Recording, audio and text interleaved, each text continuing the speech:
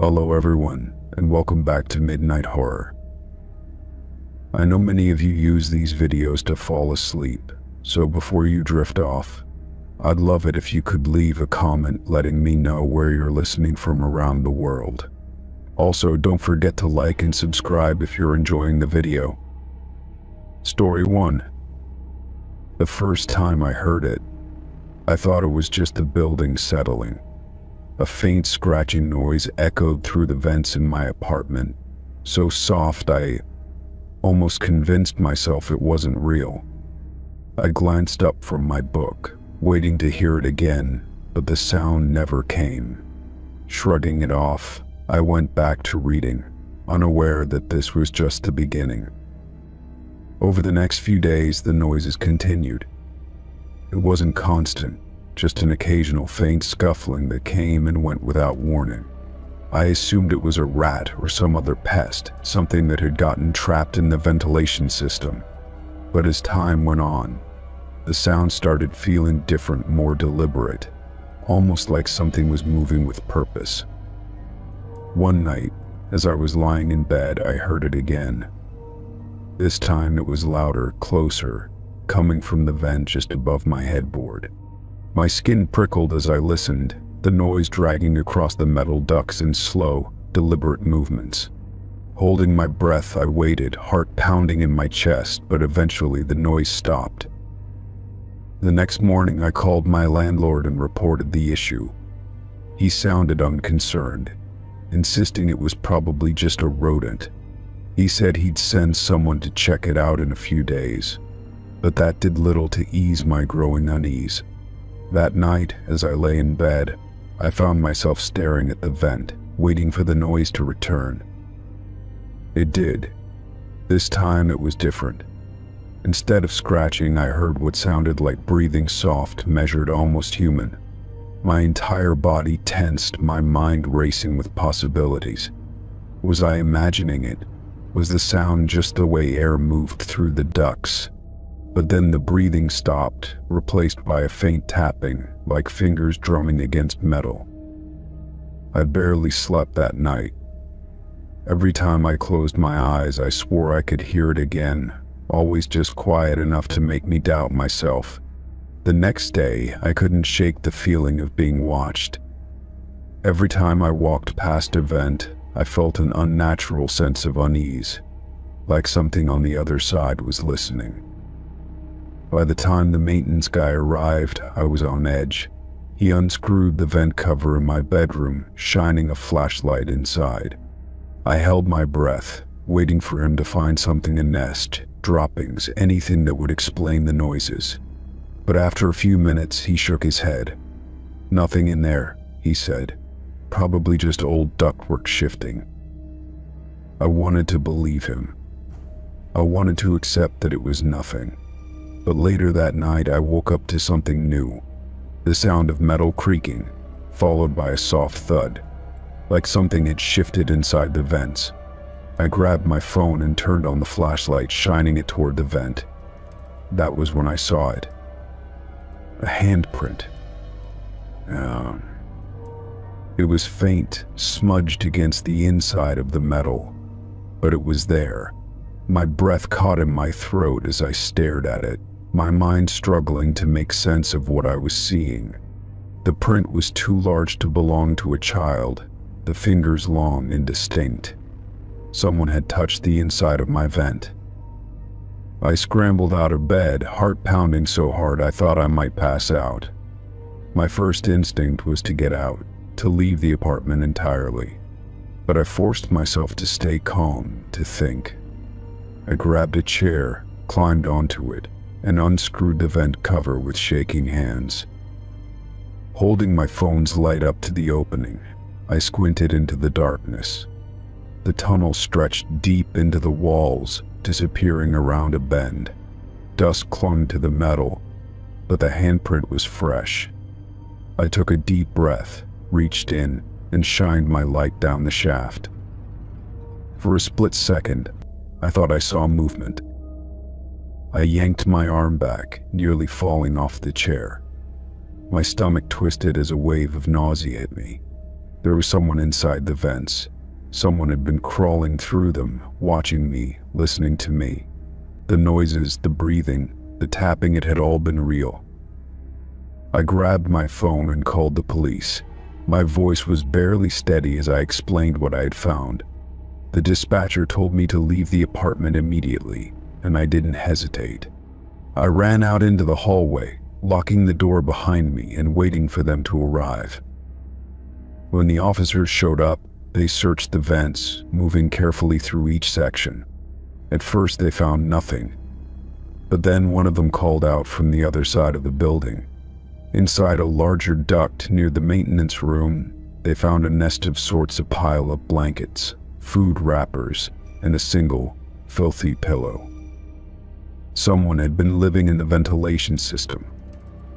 The officers continued searching, but whoever had been there was gone. They assured me they'd review security footage and increase patrols in the area. But the idea that someone had been crawling through the walls, watching me from the darkness, was something I couldn't shake. That night, I couldn't bring myself to go back inside. I stayed at a friend's place, lying awake in her guest room, staring at the ceiling. Every creak, every small noise sent a shiver down my spine. I kept picturing that handprint, the long fingers pressed against the metal, so close to where I had been sleeping. The next day, I packed up and moved out.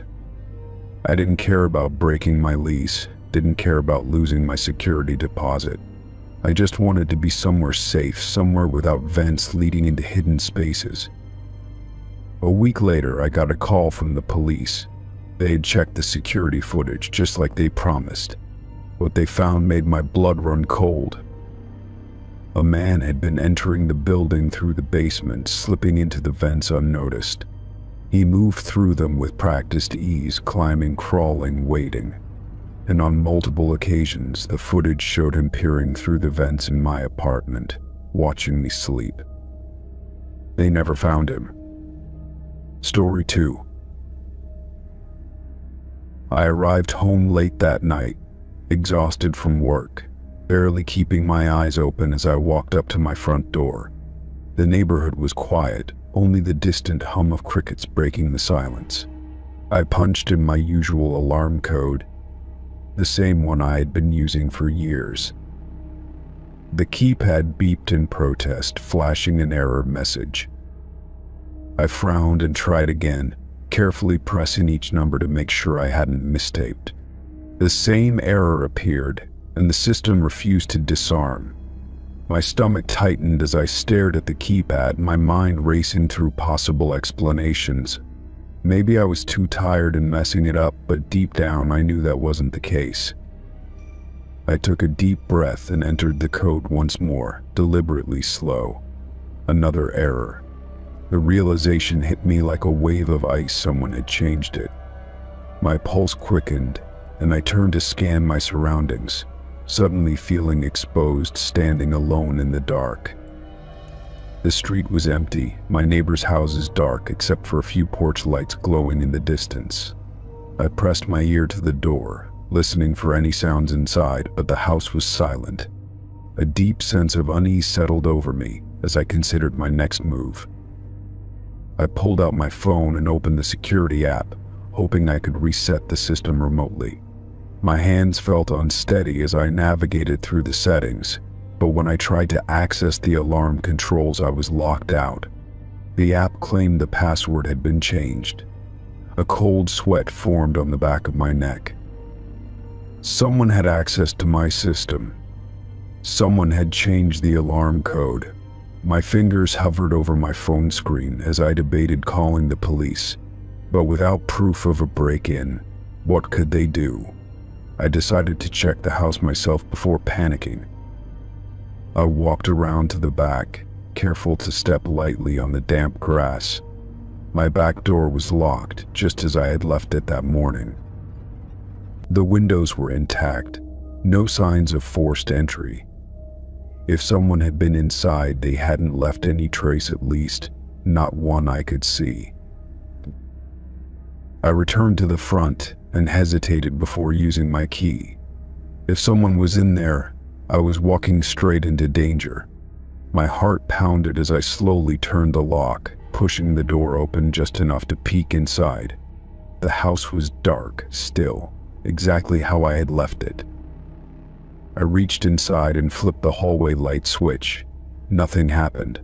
The power was out. A fresh wave of fear coursed through me as I realized how deliberate this was. Someone had done this on purpose. Someone had planned this. I swallowed hard and stepped inside, gripping my phone like a lifeline. The air felt heavier than usual, carrying an unfamiliar scent, something stale, like old wood and sweat. I moved cautiously, my ears straining for the faintest sound. I made my way to the kitchen, where the main breaker box was. My flashlight cut through the darkness, revealing nothing out of place. I opened the panel and flipped the switches back on. The lights flickered to life, but my relief was short-lived. On the kitchen table sat a single object that hadn't been there before. A glass of water half full. My chest tightened as my breath came shallow and fast. Someone had been in my house. Maybe they were still here. I spun around, scanning the room, every shadow now seeming to hold something sinister.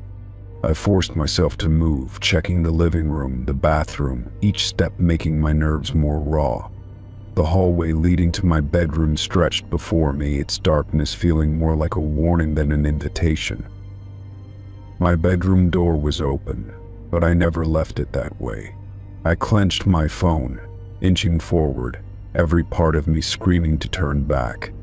I reached the doorway and shined my flashlight inside. The bed was undisturbed, my dresser untouched, everything as I had left it. But then I noticed the closet door. It was open just a crack, enough to see darkness beyond it. I stared at it, my breath stuck in my throat. I knew it had been closed that morning. The air in the room felt different now, heavy and charged, like I wasn't alone. I forced myself forward, hand trembling as I reached for the handle. The silence around me felt unbearable, stretching each second into eternity. I yanked the door open in one swift motion, stepping back as my flashlight revealed nothing. Just rows of hanging clothes swaying slightly from the sudden motion. A strangled breath escaped me, part relief, part lingering dread. I turned back toward the hallway, but something stopped me in my tracks. My bedroom window, which had been closed, was now slightly open, just enough for someone to slip through. The pieces clicked into place with horrifying clarity. Someone had been inside, watching, waiting. They had left before I arrived, but not before changing my alarm code, cutting the power, and leaving behind that glass of water. A message, a reminder that they had been here and could come back. I backed away, my mind racing for what to do next. I needed to leave, needed to get help. My fingers fumbled over my phone screen as I dialed 911, my voice shaky as I told the operator what had happened.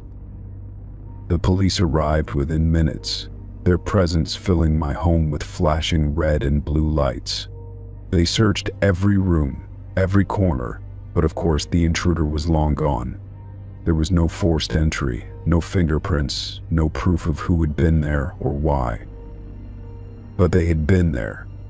They had been inside my home, standing where I stood, moving through my space like they belonged. The thought made my skin crawl. The officers advised me to stay somewhere else for the night, to change my locks and update my security system. I nodded numbly, my mind stuck on one last unsettling thought. Whoever had done this had known my alarm code, my habits, my home. This wasn't random. It was planned. And whoever they were, they could come back anytime they wanted. Story 3. The parking lot was nearly empty, the glow of the overhead lights casting long shadows on the pavement. My shift had run late again, leaving me alone as I walked toward my car. The air was crisp, and the faint hum of distant traffic was the only sound around me. I dug into my pocket for my keys, my breath visible in the cold. As I reached my car, I felt a strange unease settle over me. The lot wasn't completely abandoned. There was a truck parked a few spaces away, but no one seemed to be inside. I shook off the feeling and inserted my key into the lock. Just as I was about to turn it, I saw movement from the other side of the car. A gloved hand reached for my passenger door handle. My stomach lurched as I froze, my fingers still gripping the key. The hand was covered in black leather, steady and deliberate. I barely had time to process what I was seeing before my instincts kicked in. I yanked my key out and stumbled backward, my heart slamming against my ribs. The figure standing beside my car was cloaked in shadows, their face hidden beneath the hood of a dark jacket. They didn't move, didn't speak, just stood there, hand poised as if waiting for me to make a move. Every nerve in my body screamed at me to run. I turned on my heel and bolted back toward the building, my pulse hammering in my ears. My mind raced through possibilities. Was it a carjacker? Someone trying to grab me? I reached the door to the back entrance of the store and pulled at it frantically. It was locked. Odd. I spun around, expecting to see the figure right behind me, but they hadn't moved. They still stood by my car, their gloved hand resting on the handle as if they had all the time in the world. My breath came in short gasps as I fumbled for my phone, my fingers shaking. I hit the emergency dial, my voice barely steady as I told the dispatcher what was happening. The figure suddenly moved, walking slowly toward the back of my car. I clutched my phone, my knees locked in place as I watched them circle the vehicle. They never ran, never rushed, just took their time, as if they were considering their next move. The dispatcher's voice felt distant as she told me officers were on their way. Then, as if deciding they had had enough, the figure turned and walked away. They didn't run, didn't look back. They headed toward the truck, parked a few spaces away. My heart pounded as I watched them climb into the driver's seat and start the engine. The headlights flicked on, casting sharp beams through the lot. For a brief second, I could see the outline of their face through the windshield. A mask. They had been wearing a mask the entire time. The truck reversed out of the space, the tires crunching softly against the pavement. I pressed myself against the building, my body still tense, waiting to see what they would do next. The truck didn't speed off. Instead, it rolled forward at a slow, deliberate pace. It passed my car, past me, and then paused at the lot's exit. My breath hitched as the driver's window rolled down halfway. I could feel their eyes on me, even from a distance. Then, without a word, they drove off into the night. I stood there for what felt like forever, my body unable to move. The sound of sirens in the distance finally broke me from my trance. The police arrived moments later, their flashing lights painting the lot in red and blue. I gave my statement, but there was little to go on. No license plate, no clear description, just a masked figure in a truck that had already disappeared. The officers walked me to my car, checking around it before letting me unlock the door. My hands trembled as I slid inside, my breath unsteady. Driving home felt like a blur, my grip tight on the wheel. Every set of headlights behind me made my stomach twist. Every shadow along the road felt like it was moving. I double-checked my locks the moment I got inside my house, my pulse still racing. The police had said they would patrol the area, but I knew that whoever had been there tonight was already long gone. Sleep didn't come easy. I lay in bed, staring at the ceiling, replaying the moment over and over again. The hand reaching for the handle, the slow, measured steps, the mask behind the windshield. I had no idea what they had wanted, and that was the worst part. Had it been an attempted carjacking, a kidnapping, or had they just wanted to scare me?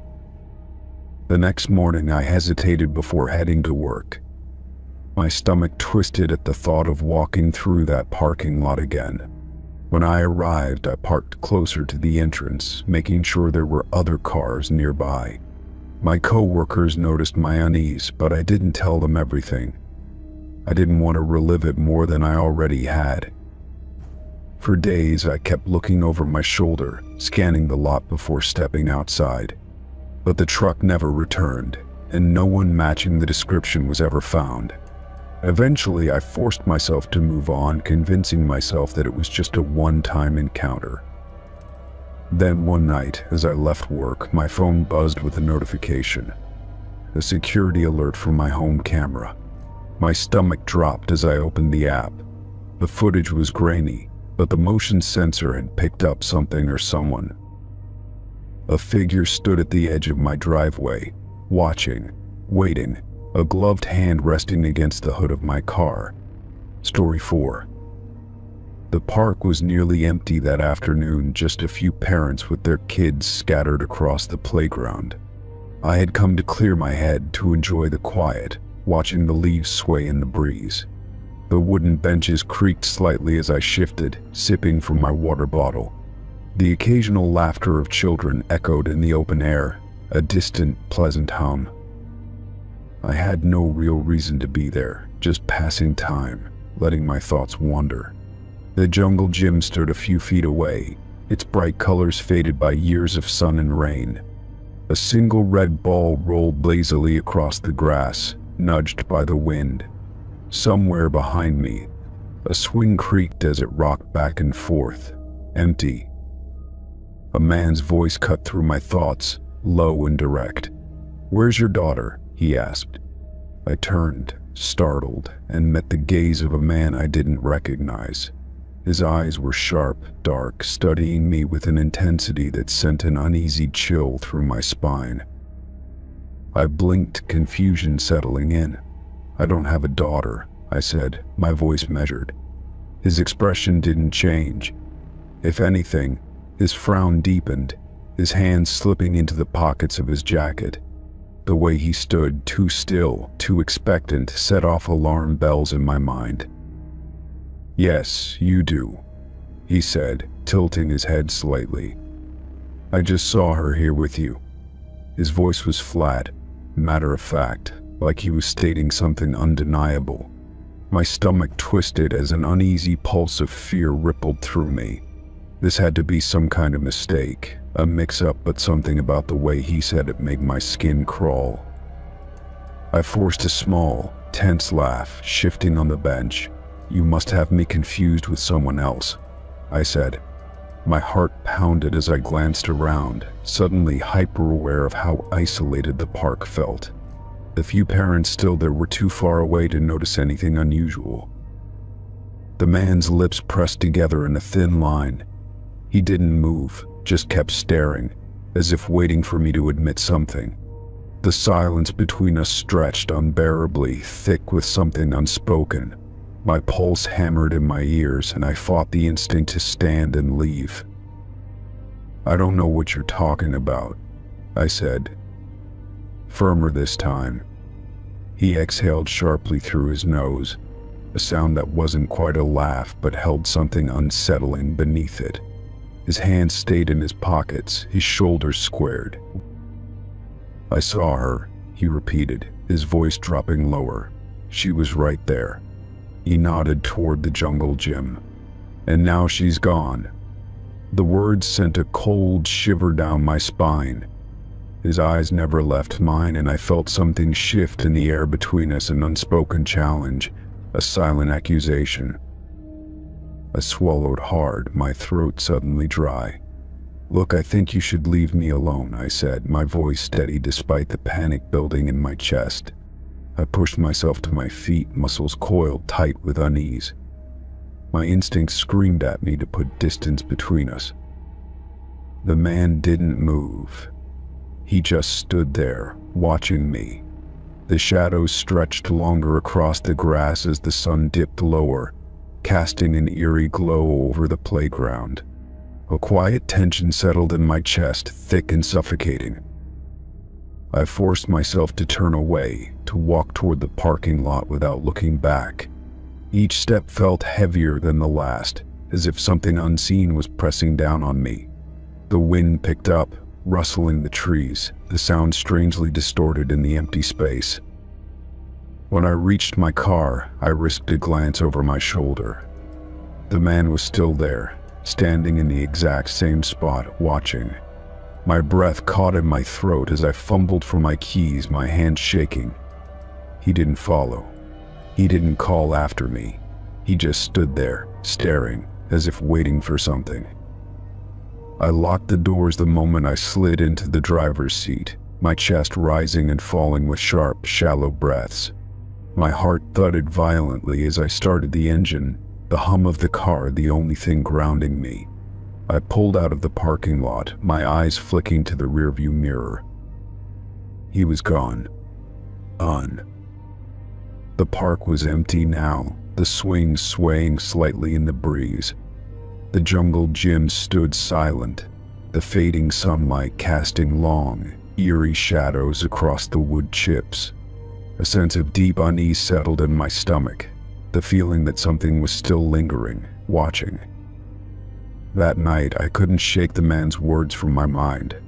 I saw her. She was right there. And now she's gone. They echoed through my thoughts, repeating in a slow, taunting loop.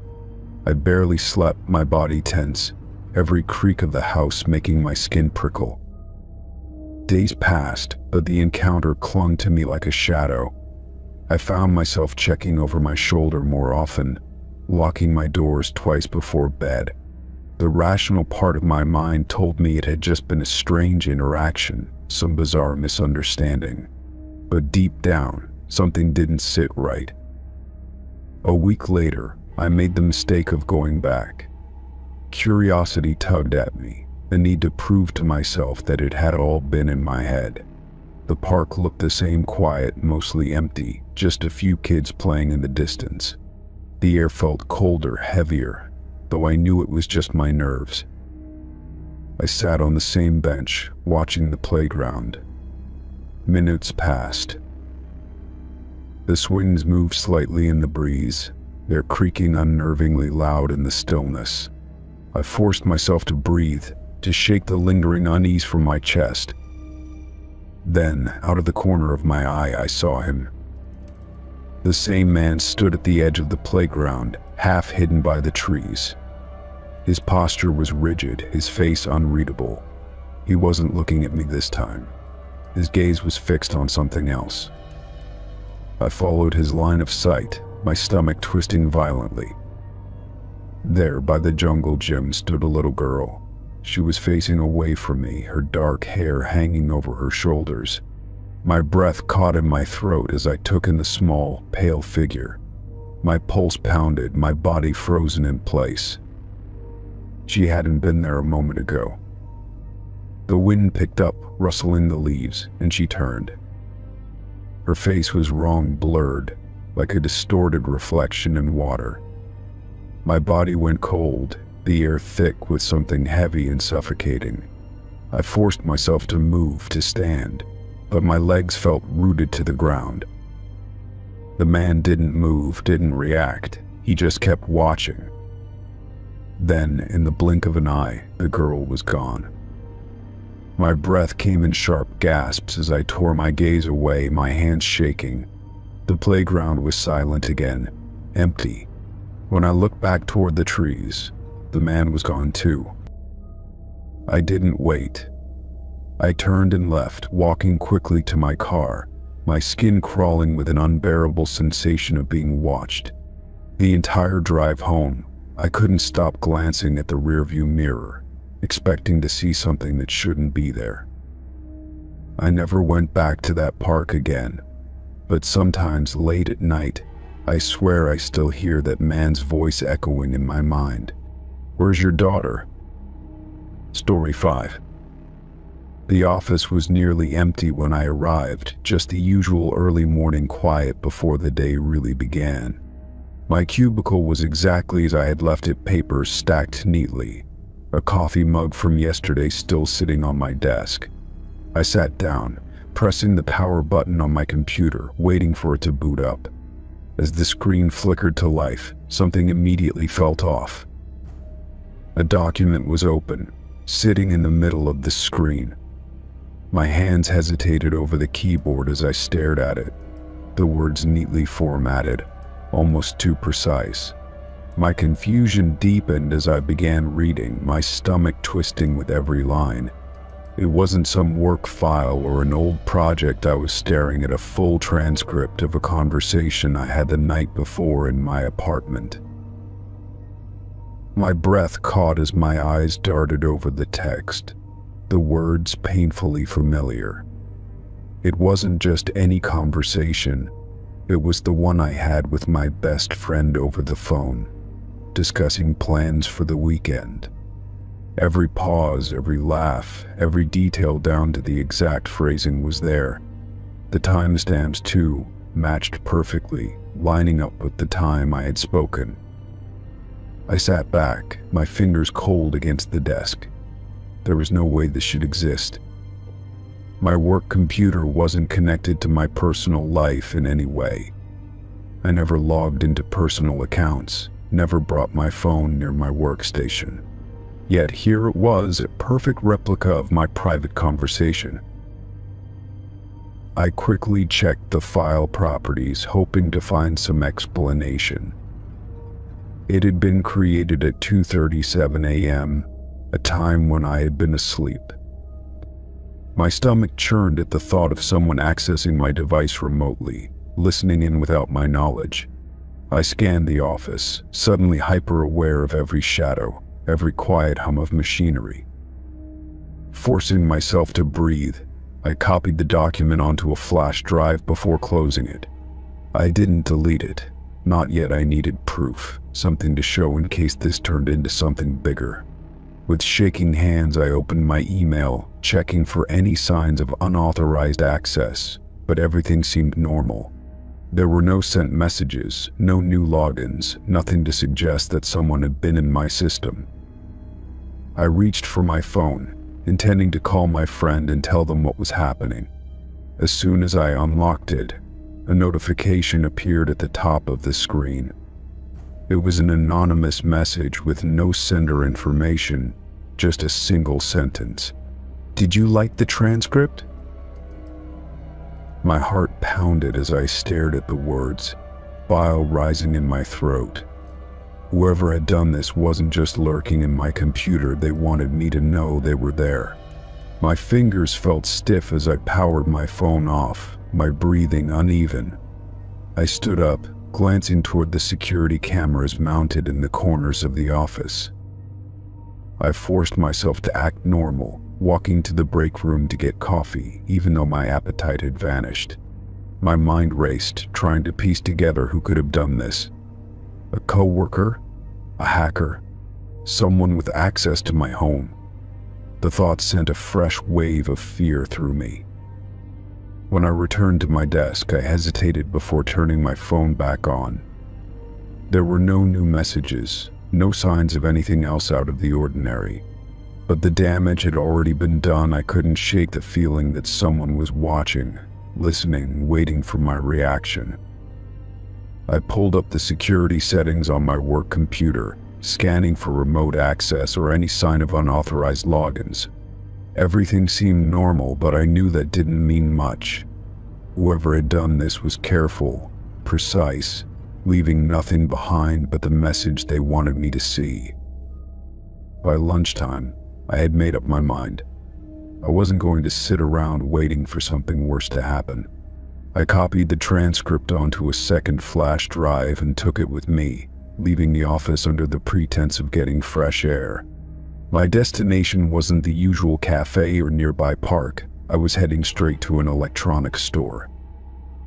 An hour later, I sat in my car with a brand new laptop and phone, both still in their boxes. I couldn't trust my current devices anymore, not after what had happened. The thought of being monitored, of someone tracking my every move, was unbearable. I made a mental note to change all my passwords as soon as I got home, to wipe my old devices clean before discarding them. Back at the office, the tension hadn't left my body. I felt like a stranger at my own desk, as if the walls themselves were hiding something from me. Every email, every document on my screen felt like it could be another message, another intrusion. When my shift ended, I packed up quickly, eager to put as much distance between myself and that computer as possible. The walk to my car felt longer than usual, the parking lot eerily silent under the dimming sky. I kept glancing over my shoulder, half expecting to see someone following me. When I reached my car, I hesitated before getting in, scanning the surrounding area one last time. Nothing seemed out of place, but the unease never left. As soon as I got home, I powered off my old laptop and phone, setting them aside for disposal. My new devices remained untouched for now. I wasn't ready to let technology back in just yet. Instead, I sat in silence, my mind replaying every moment of the day, searching for something I might have missed. A knock at the door made me jump, my pulse hammering in my ears. I hadn't ordered anything, wasn't expecting visitors. Slowly I approached, peering through the peephole. There was no one there. I waited, my breath shallow, listening for any signs of movement. When nothing happened, I unlocked the door, opening it just enough to look outside. A single envelope lay on my doorstep, unmarked, its edges crisp as if it had just been placed there. With trembling hands, I picked it up, stepping back inside before shutting the door behind me. I didn't want to open it, didn't want to see whatever message waited inside, but I knew I had no choice. Peeling it open, I pulled out a single sheet of paper. Just like the transcript on my computer, the message was printed in precise, even lettering. You can run, you can change devices, but we're already inside. My breath came in short gasps as I dropped the paper, my mind screaming at me to leave, to get as far away as possible. But deep down, I knew there was nowhere to go. Whoever they were, whatever they wanted, they were always watching. Story 6. I was 13 when Mr. Holloway disappeared. He lived alone in the house next door, a quiet man with graying hair and tired eyes. My parents said he mostly kept to himself, though I sometimes saw him sitting on his porch, watching the street with an unreadable expression. One morning his car was still in the driveway, but no one had seen him leave for work. The mail piled up on his doorstep, and the lights inside stayed off. A few days later, the police came, knocked on his door, and eventually broke inside. They found nothing. His wallet, keys, and phone were still in the house, but he was gone. There were no signs of a struggle, no indication of where he might have gone. Just a silent, empty home, as if he had simply vanished. For a while, people talked about it. Theories spread. Maybe he had run away. Maybe something terrible had happened to him inside that house. But after a few months, interest faded. His family never came to collect his things, and no one moved in. Years passed, and the house remained empty. The paint peeled, the windows gathered dust, and the once neatly trimmed lawn turned wild. The real estate company put up a for sale sign, but no one ever bought it. I had almost forgotten about the house until the night I heard the knocking. I was in my room, half asleep, when a dull, rhythmic sound broke the silence. It was faint but persistent, coming from the direction of Mr. Holloway's house. At first, I thought it was the wind rattling the shutters, but when I looked outside, the night was still. The sound was coming from inside the house. Slow, deliberate knocks, as if someone was trapped and trying to get out. I told myself it was just my imagination, but the next night, it happened again. 3 soft knocks followed by silence. Then 3 more. It was too steady, too intentional to be random.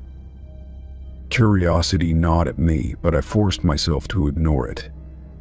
The house was abandoned, and I had no reason to go near it, but a part of me couldn't shake the feeling that someone or something was still inside. One evening I finally gave in. With a flashlight in hand, I walked to the edge of my yard, stopping just before the rusted gate. The house loomed before me, dark and lifeless. I hesitated, then took a step closer. The air felt colder near the house, a damp, heavy chill that made my skin prickle. I stood still, listening. At first there was nothing. Then, just as I was about to turn back, the knocking came again. I took a shaky breath and stepped onto the porch. The wood creaked under my weight, and the front door loomed in front of me. I reached out, fingers brushing the handle, when something shifted inside. A faint scuffling sound, like footsteps moving away. My pulse hammered in my ears. I turned on my flashlight and shone it through the dusty window. The inside was just as I remembered, furniture covered in sheets, an untouched layer of dust coating everything. But something felt off. I backed away, my skin crawling. As I turned to leave, I heard it again. Knock, knock, knock. This time it came from upstairs. I ran back to my house, heart pounding. I locked my doors, pulled the curtains shut, and forced myself to breathe. The house was abandoned. There was no one inside. But the knocking continued, faint and relentless. Over the next few nights it grew worse. The knocks came at odd hours, sometimes soft, sometimes loud. Once I swore I heard my name whispered through the walls. I told my parents, but they dismissed it as old pipes settling. I tried to believe them, but deep down I knew better. There was something inside that house, something that had never left. One night, unable to take it anymore, I decided to record the sound. I set up my phone on my windowsill, aimed at the house, and left it running overnight. The next morning I played the recording back. At first it was just static. Then, faintly, the knocking began. Slow, steady. But what made my blood run cold was the voice that followed. "Let me out." The words were barely a whisper, but they were there. A strained, desperate plea, repeating over and over between the knocks. My hands shook as I replayed it, trying to convince myself it was some kind of interference. I couldn't keep this to myself anymore. I took the recording to my neighbor, Mrs. Callahan, who had lived on the street the longest. When she heard it, her face went pale. She hesitated before speaking, her voice low. Mr. Holloway had a brother. He used to live with him, but no one ever saw him much. He was not well. Some say he was locked inside that house for years. My stomach turned. "You mean?" "They never found him," she whispered. A sickening realization settled over me. If Mr. Holloway had vanished, but his brother had never left, who had been knocking all these years. That night I stayed awake, listening. The knocking came as it always did, steady and patient. But now, I knew what it meant. It wasn't the wind. It wasn't my imagination. Someone had been trapped in that house, and no one had ever let them out. Story 7. The morning started like any other. I shuffled into the bathroom, rubbing the sleep from my eyes, ready to brush my teeth. As I reached for my toothbrush, I froze. Sitting next to mine in the holder was another toothbrush, blue with frayed bristles, and I knew for a fact it hadn't been there the night before.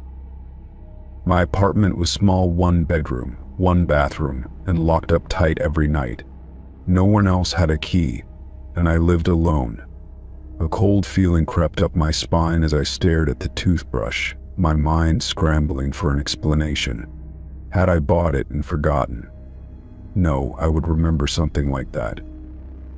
I checked my front door, but it was still locked, deadbolt secure.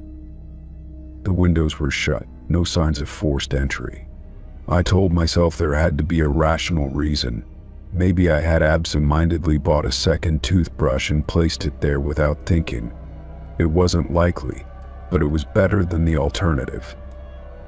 Still, I couldn't shake the unease that lingered. I grabbed the toothbrush and tossed it in the trash, deciding to forget about it.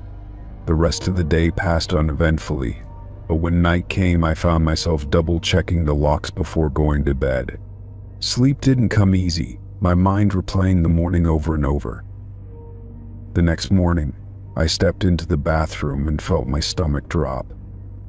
The toothbrush was back, sitting in the exact same spot as before. My heart pounded in my chest as I stared at it, my hands trembling. I knew I had thrown it away. A sense of dread settled over me. Someone had to be coming in while I slept. It was the only explanation. I checked every corner of my apartment, looking for signs of intrusion, but nothing was out of place. The locks were still secured, the windows unbroken. It was as if the toothbrush had returned on its own. I didn't want to spend another night there, but where would I go? I wasn't going to tell my friends I was afraid of a toothbrush appearing in my bathroom. I decided to set up my phone to record overnight, placing it on the bathroom counter facing the sink. If someone was sneaking in, I would catch them. That night I barely slept, my body tense, ears straining for any noise. The apartment was silent, too silent. Every creak of the building made my heart jump, but I forced myself to stay in bed. When morning came, I hesitated before checking my phone, afraid of what I might find. The video played back in complete stillness for hours. Then, at exactly 3:12 a.m., the screen flickered. A distortion warped the image, like static on an old television. Then the toothbrush simply appeared. No movement, no person entering the frame, it was just there, as if it had never left. I dropped the phone, my breath coming in short, panic gasps. This wasn't possible. Objects didn't just appear out of nowhere. My mind refused to accept what I had seen, but the evidence was right in front of me. I couldn't stay there anymore. I packed a bag, telling myself I'd get a hotel for the night and figure things out later. As I grabbed my keys, I heard it creak from the bathroom. My blood turned to ice as I turned my head slowly toward the sound. The door was slightly ajar. I had left it open, but now it was open wider, like someone had pushed it. The light inside flickered, casting shifting shadows across the tiles. I took a step closer, heart hammering, and then I saw it. A damp footprint on the bathroom floor. I bolted. I didn't care if I was imagining things or losing my mind. I rushed out of the apartment, slamming the door behind me, and drove aimlessly through town until I found a cheap motel. The room was dingy, the bed stiff, but I didn't care. Anything was better than staying in that apartment. Sleep didn't come easy, but exhaustion finally won. I drifted in and out of uneasy dreams, flashes of the bathroom mirror fogging over, something standing behind me. When I woke, my skin was clammy, my mouth dry. I reached for my phone to check the time. 3:12 a.m. A chill ran down my spine. That was the same time the toothbrush had appeared in the video. I sat up, suddenly wide awake, and that's when I saw it, sitting on the nightstand next to my phone, as if it had always been there. The toothbrush. I scrambled back against the headboard, my chest tight with fear. I hadn't brought it with me. I had left it behind in that apartment, and yet here it was. My hands shook as I reached out, hesitating before picking it up. It was wet. I had to end this. I grabbed my bag and ran to my car, gripping the steering wheel so tightly my knuckles ached. I didn't know where to go, but I knew I couldn't stay. I drove without direction, the city lights blurring past me. the weight of the unknown pressing down on me. My phone buzzed in the passenger seat. A notification. I glanced at the screen and felt my stomach lurch. A new video had been recorded. I hesitated, then pressed play. The screen was dark at first, nothing but shadows shifting in the dim motel lighting. Then, the camera tilted, as if someone had picked up the phone. A face appeared, blurred and indistinct, like it wasn't fully formed. It leaned in close, staring into the camera. Then, in a voice that sent ice through my veins, it whispered, "You left, but I never did." I dropped the phone, my pulse thundering in my ears. My reflection in the rearview mirror seemed wrong, slightly distorted, like I was looking at someone else. The toothbrush sat in the passenger seat, waiting. No matter where I went, I knew the truth now. I wasn't alone. I never had been. And no matter how far I ran, my new roommate would always find me. Story 8. I was digging through my pockets, searching for my house keys, when my fingers brushed against something unfamiliar. I pulled out a crumpled receipt, my brows furrowing. It was from a coffee shop I had never been to, all the way across town. The timestamp read 3:47 a time when I had been sound asleep in my bed. A chill ran through me as I turned the receipt over in my hand. My name was scrawled on the back in smudged ink, written in a handwriting I didn't recognize. My stomach twisted as I tried to recall anything from the previous night, but nothing came to mind. I had gone to bed early, exhausted from work, and hadn't left my apartment. I checked my phone, scrolling through my texts and call logs. Nothing unusual. No messages, no missed calls.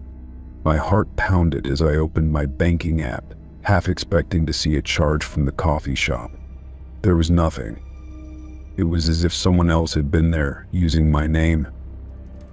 I shook my head, trying to rationalize it. Maybe someone had slipped it into my pocket by mistake. But that didn't explain the handwriting. The way my name was written, it wasn't neat or casual. It looked rushed, almost frantic, like someone had been trying to get my attention. I decided to visit the coffee shop after work.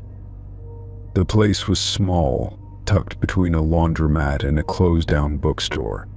A bell jingled as I stepped inside, the scent of coffee thick in the air. A bored-looking barista glanced up from behind the counter.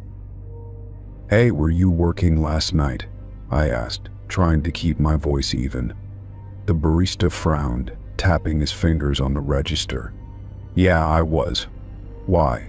I pulled out the receipt, setting it on the counter. "Do you remember who ordered this?" He picked it up, his eyes scanning the timestamp. 3:47 a.m. "That's weird," he muttered. He looked at me again, studying my face. "Wait, weren't you the one who came in?" My mouth went dry. "No, I wasn't here." The barista's expression shifted, his brow furrowing. "I swear, someone who looked like you came in. Same jacket, same face. They ordered a black coffee, paid in cash, and left in a hurry." My skin prickled, a wave of unease washing over me. "You're sure?" I pressed. "Positive," he said. "They were acting kind of strange too. Kept looking over their shoulder like they were afraid of something." A cold knot formed in my stomach. I didn't sleepwalk. I had never had memory gaps before. And yet someone had been here, looking exactly like me. My hands clenched at my sides. Did they say anything? The barista hesitated, his fingers tapping against the counter. They asked if we had security cameras. He shrugged. I told them we don't. He exhaled sharply.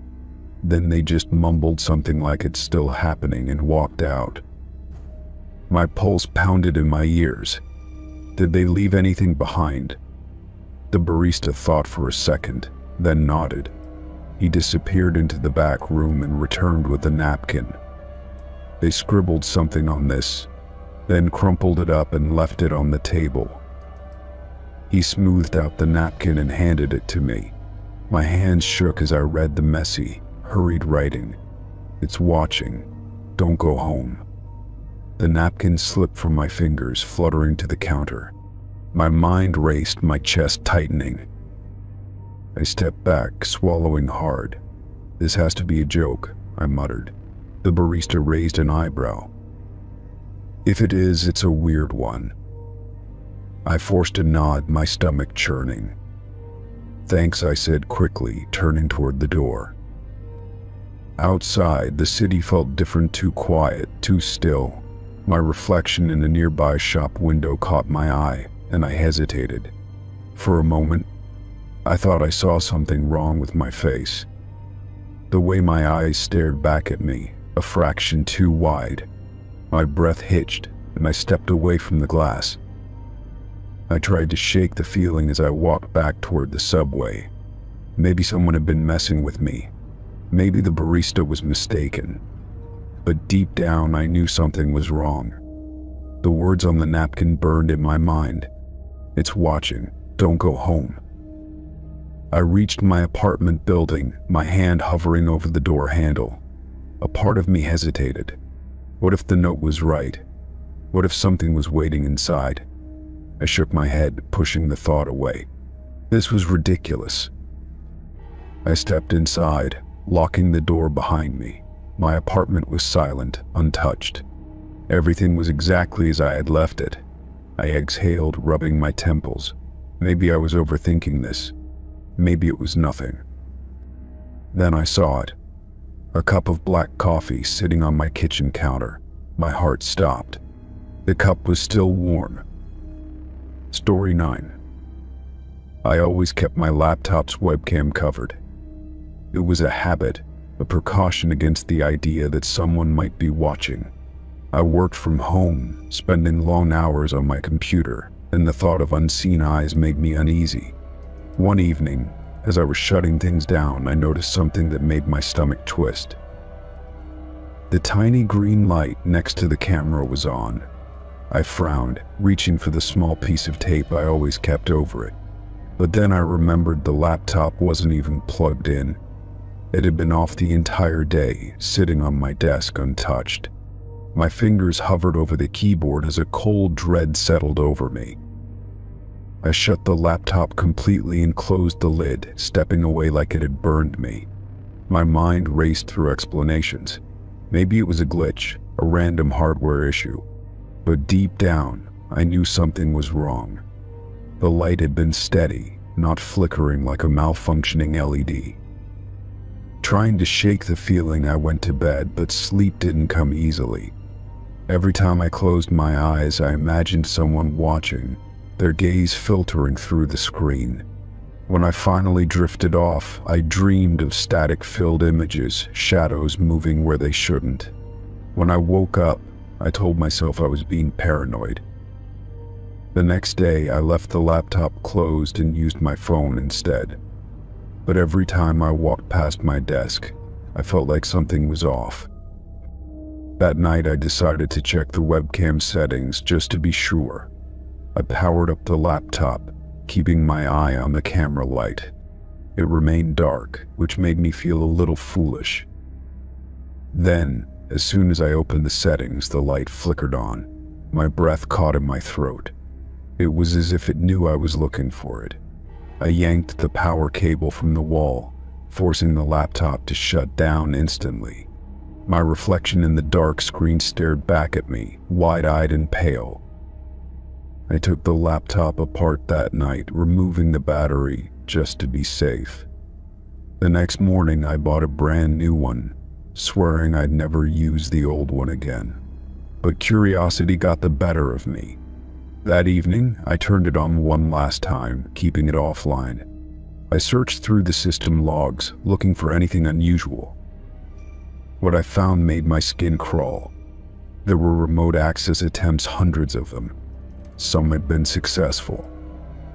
The timestamp stretched back months, meaning someone had been watching me for far longer than I had realized. My stomach churned as I scrolled through the records. Whoever it was had access to my camera, my microphone, my files. I checked the recent activity and froze. A folder had been created just the night before, labeled with my name. My fingers trembled as I clicked it open. Inside were dozens of video files. My heart pounded as I realized what they were recordings from my own webcam. I hesitated before playing the most recent one. The footage was grainy but unmistakable. It was me sitting at my desk, staring into the screen with wide, fearful eyes. The timestamp showed it had been recorded the moment I noticed the light the night before. My breathing turned shallow as I scrolled further. Then I found a file that made my blood run cold. The camera angle was different, slightly tilted, as if the laptop had been moved. But I hadn't touched it. The video showed me asleep in my bed, my chest rising and falling in slow, steady breaths. My laptop had been on my desk all night. The realization hit me like a punch. Someone had been inside my home. My vision blurred as panic set in. I bolted to my door, checking the locks, making sure the windows were secure. My mind raced with questions. Had they been in while I slept? How long had they been watching? I called the police, my voice shaking as I explained what I had found. They arrived quickly, searching my apartment from top to bottom. Nothing was missing, nothing out of place. But I knew better. Someone had been here. Someone had stood in my room, close enough to touch me. The officers took my laptop as evidence and told me to stay somewhere else for a few days. I packed a bag and went to a friend's house, but sleep was impossible. Every creak, every shadow sent my nerves on edge. I kept checking my phone, half expecting another video to appear. A few days later, the police called with an update. They had traced the remote access to an IP address across the country. It belonged to someone who had been involved in multiple cyberstalking cases. They believed he had been selling hacked webcam footage to buyers on the dark web. The thought made me sick. My most private moments had been recorded, possibly shared. I felt violated in a way I couldn't put into words. The police assured me they were working on tracking him down, but it didn't change the fact that he had already seen too much. I never went back to my apartment. I broke my lease, got a new phone, and changed every password I had. I bought a new laptop, but I kept it closed when I wasn't using it. The camera stayed covered, the microphone disabled. I never felt safe again. Sometimes, late at night, I still feel that unsettling sensation, like unseen eyes are watching. When I glance at my phone or my new laptop, I catch myself checking for the light, for some sign that I'm not alone. And every time I do, I remember the footage of myself sleeping, my face peaceful, unaware. Unaware of the stranger standing just beyond the camera's view. Story 10. I reached into my coat pocket absent-mindedly as I walked home, my fingers brushing against a small piece of paper. I pulled it out, expecting it to be a receipt or an old note I had forgotten about. Instead, the message was simple and chilling. See you tonight. I stopped walking, my breath catching in my throat as I read the words again. The handwriting was unfamiliar, small and neat, as if carefully written with purpose. My mind raced as I tried to remember if someone had slipped it into my pocket. The thought of a stranger getting close enough to do that without me noticing sent a shiver down my spine. I glanced around, suddenly aware of how empty the street was. The streetlights buzzed softly, casting long shadows against the pavement. My apartment was only a few blocks away, but the walk felt much longer now. I shoved the note back into my pocket and quickened my pace. By the time I reached my building, my heart was pounding. I hesitated before unlocking the door, glancing over my shoulder one last time. No one was there, but the unease didn't leave me. I stepped inside, locking the door behind me and double-checking it for good measure. I unfolded the note again under the warm glow of my living room lamp. There was no indication of who had written it or why. My mind ran through possibilities. Was it a prank, a mistake, or something more sinister? The idea that someone had deliberately placed it in my coat made my stomach tighten. I tried to shake it off, telling myself there had to be a logical explanation. Maybe I had brushed past someone on the subway and they slipped it in by mistake. But deep down, I knew that was unlikely. The message felt deliberate, intentional, like someone wanted me to know they were watching. I forced myself to go through my nightly routine, but I couldn't stop checking the windows. Every small noise made me tense, my body on high alert. My apartment had never felt unsafe before, but tonight, every shadow seemed darker, every creak louder. I finally crawled into bed, but sleep didn't come easily. At some point, I must have dozed off because I woke with a start to the sound of my phone vibrating. I reached for it, my fingers unsteady as I checked the screen. It was an unknown number. My stomach churned as I hesitated before answering. I pressed the phone to my ear, but there was only silence on the other end. No breathing, no static, just an empty void. I hung up quickly, my pulse racing. A moment later, another vibration. This time, a message. I told you I'd see you tonight. A cold wave of fear washed over me, and I sat up, throwing the blankets off. My mind screamed for a rational explanation, but there wasn't one. Someone had followed me, knew where I lived, and now they were taunting me.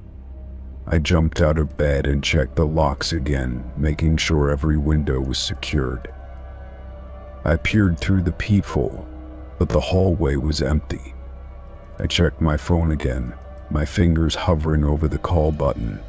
Should I call the police and say what that someone had left me a creepy note and sent a vague text? Would they even take me seriously? I paced the living room, trying to decide what to do.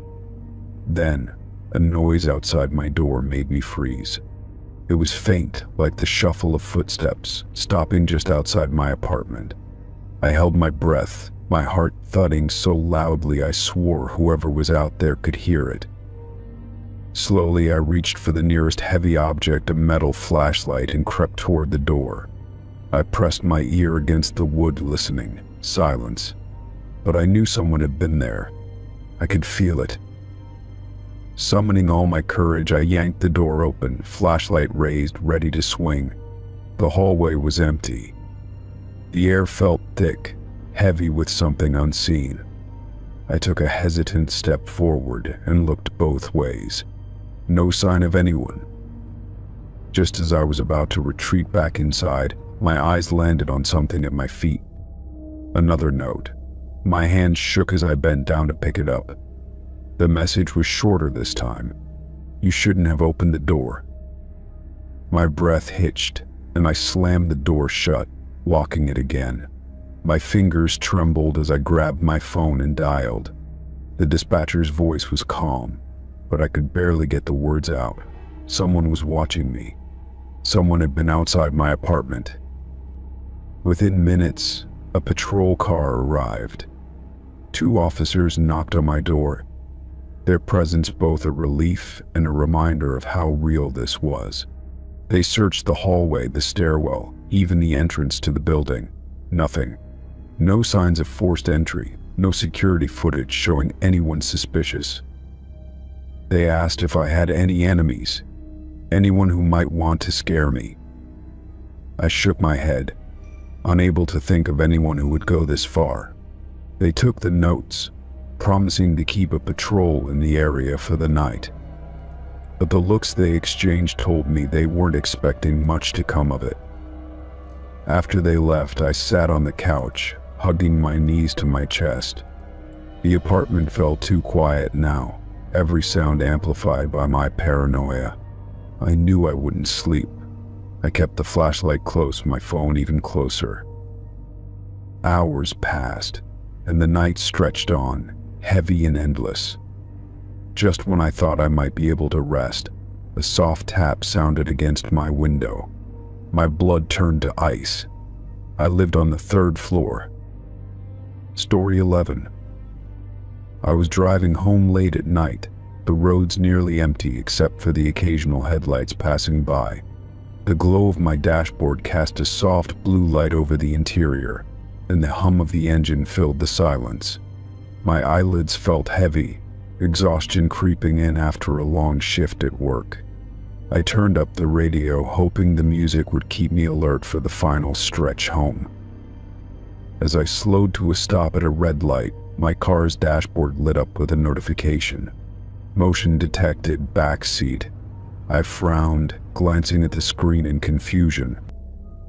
The notification disappeared almost as quickly as it appeared, and I instinctively turned my head to look behind me. The seat was empty.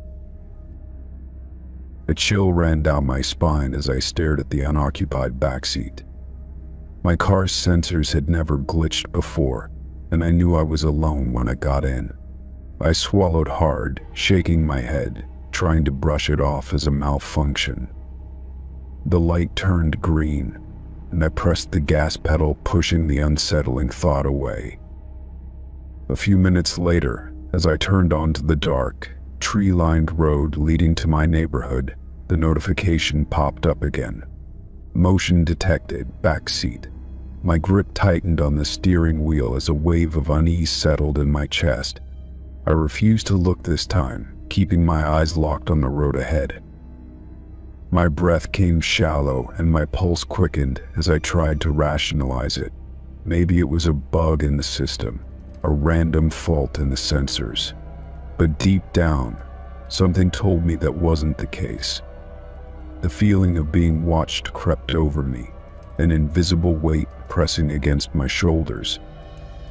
I turned onto my street, my house coming into view, and forced myself to take a deep breath. I just needed to get inside, lock the doors, and forget about whatever was happening. As I pulled into my driveway, I hesitated before turning off the engine. The silence in the car felt suffocating. Summoning my courage, I slowly turned around. The back seat was empty, just as it had been before, but something felt wrong. The air was heavy, the kind of stillness that didn't belong.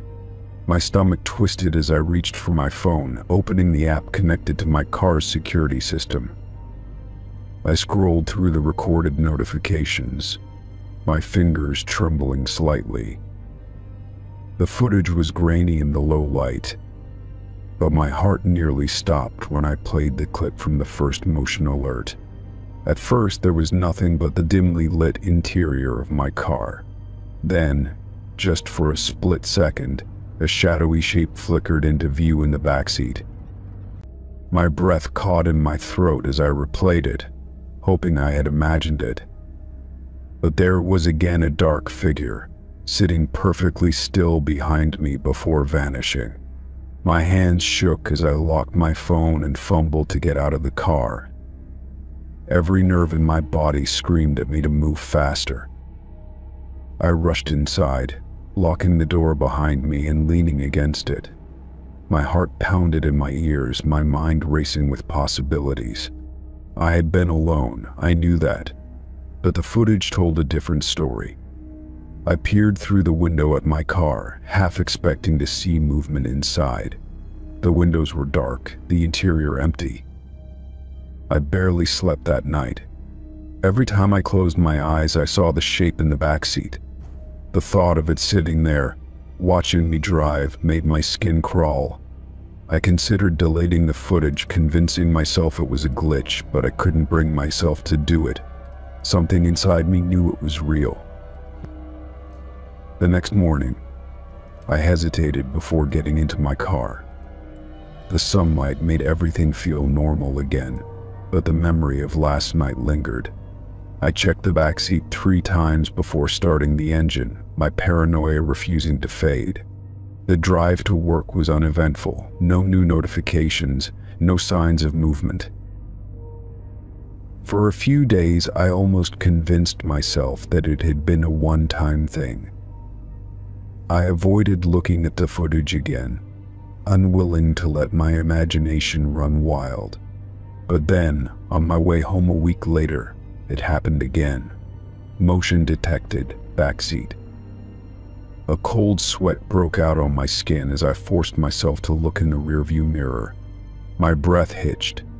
The seat was empty, but for a split second, I swore I saw something shift in the reflection. My knuckles turned white on the steering wheel as I pressed harder on the gas, desperate to get home. I parked in my driveway, but this time I didn't move. I couldn't. A deep, unsettling feeling told me I wasn't alone. Slowly, I reached for my phone and opened the security app. My stomach dropped as I clicked on the newest motion alert. The video played, and there it was again. The shadowy figure, seated motionless in the backseat. But this time it moved, its head tilted slightly, as if it knew I was watching.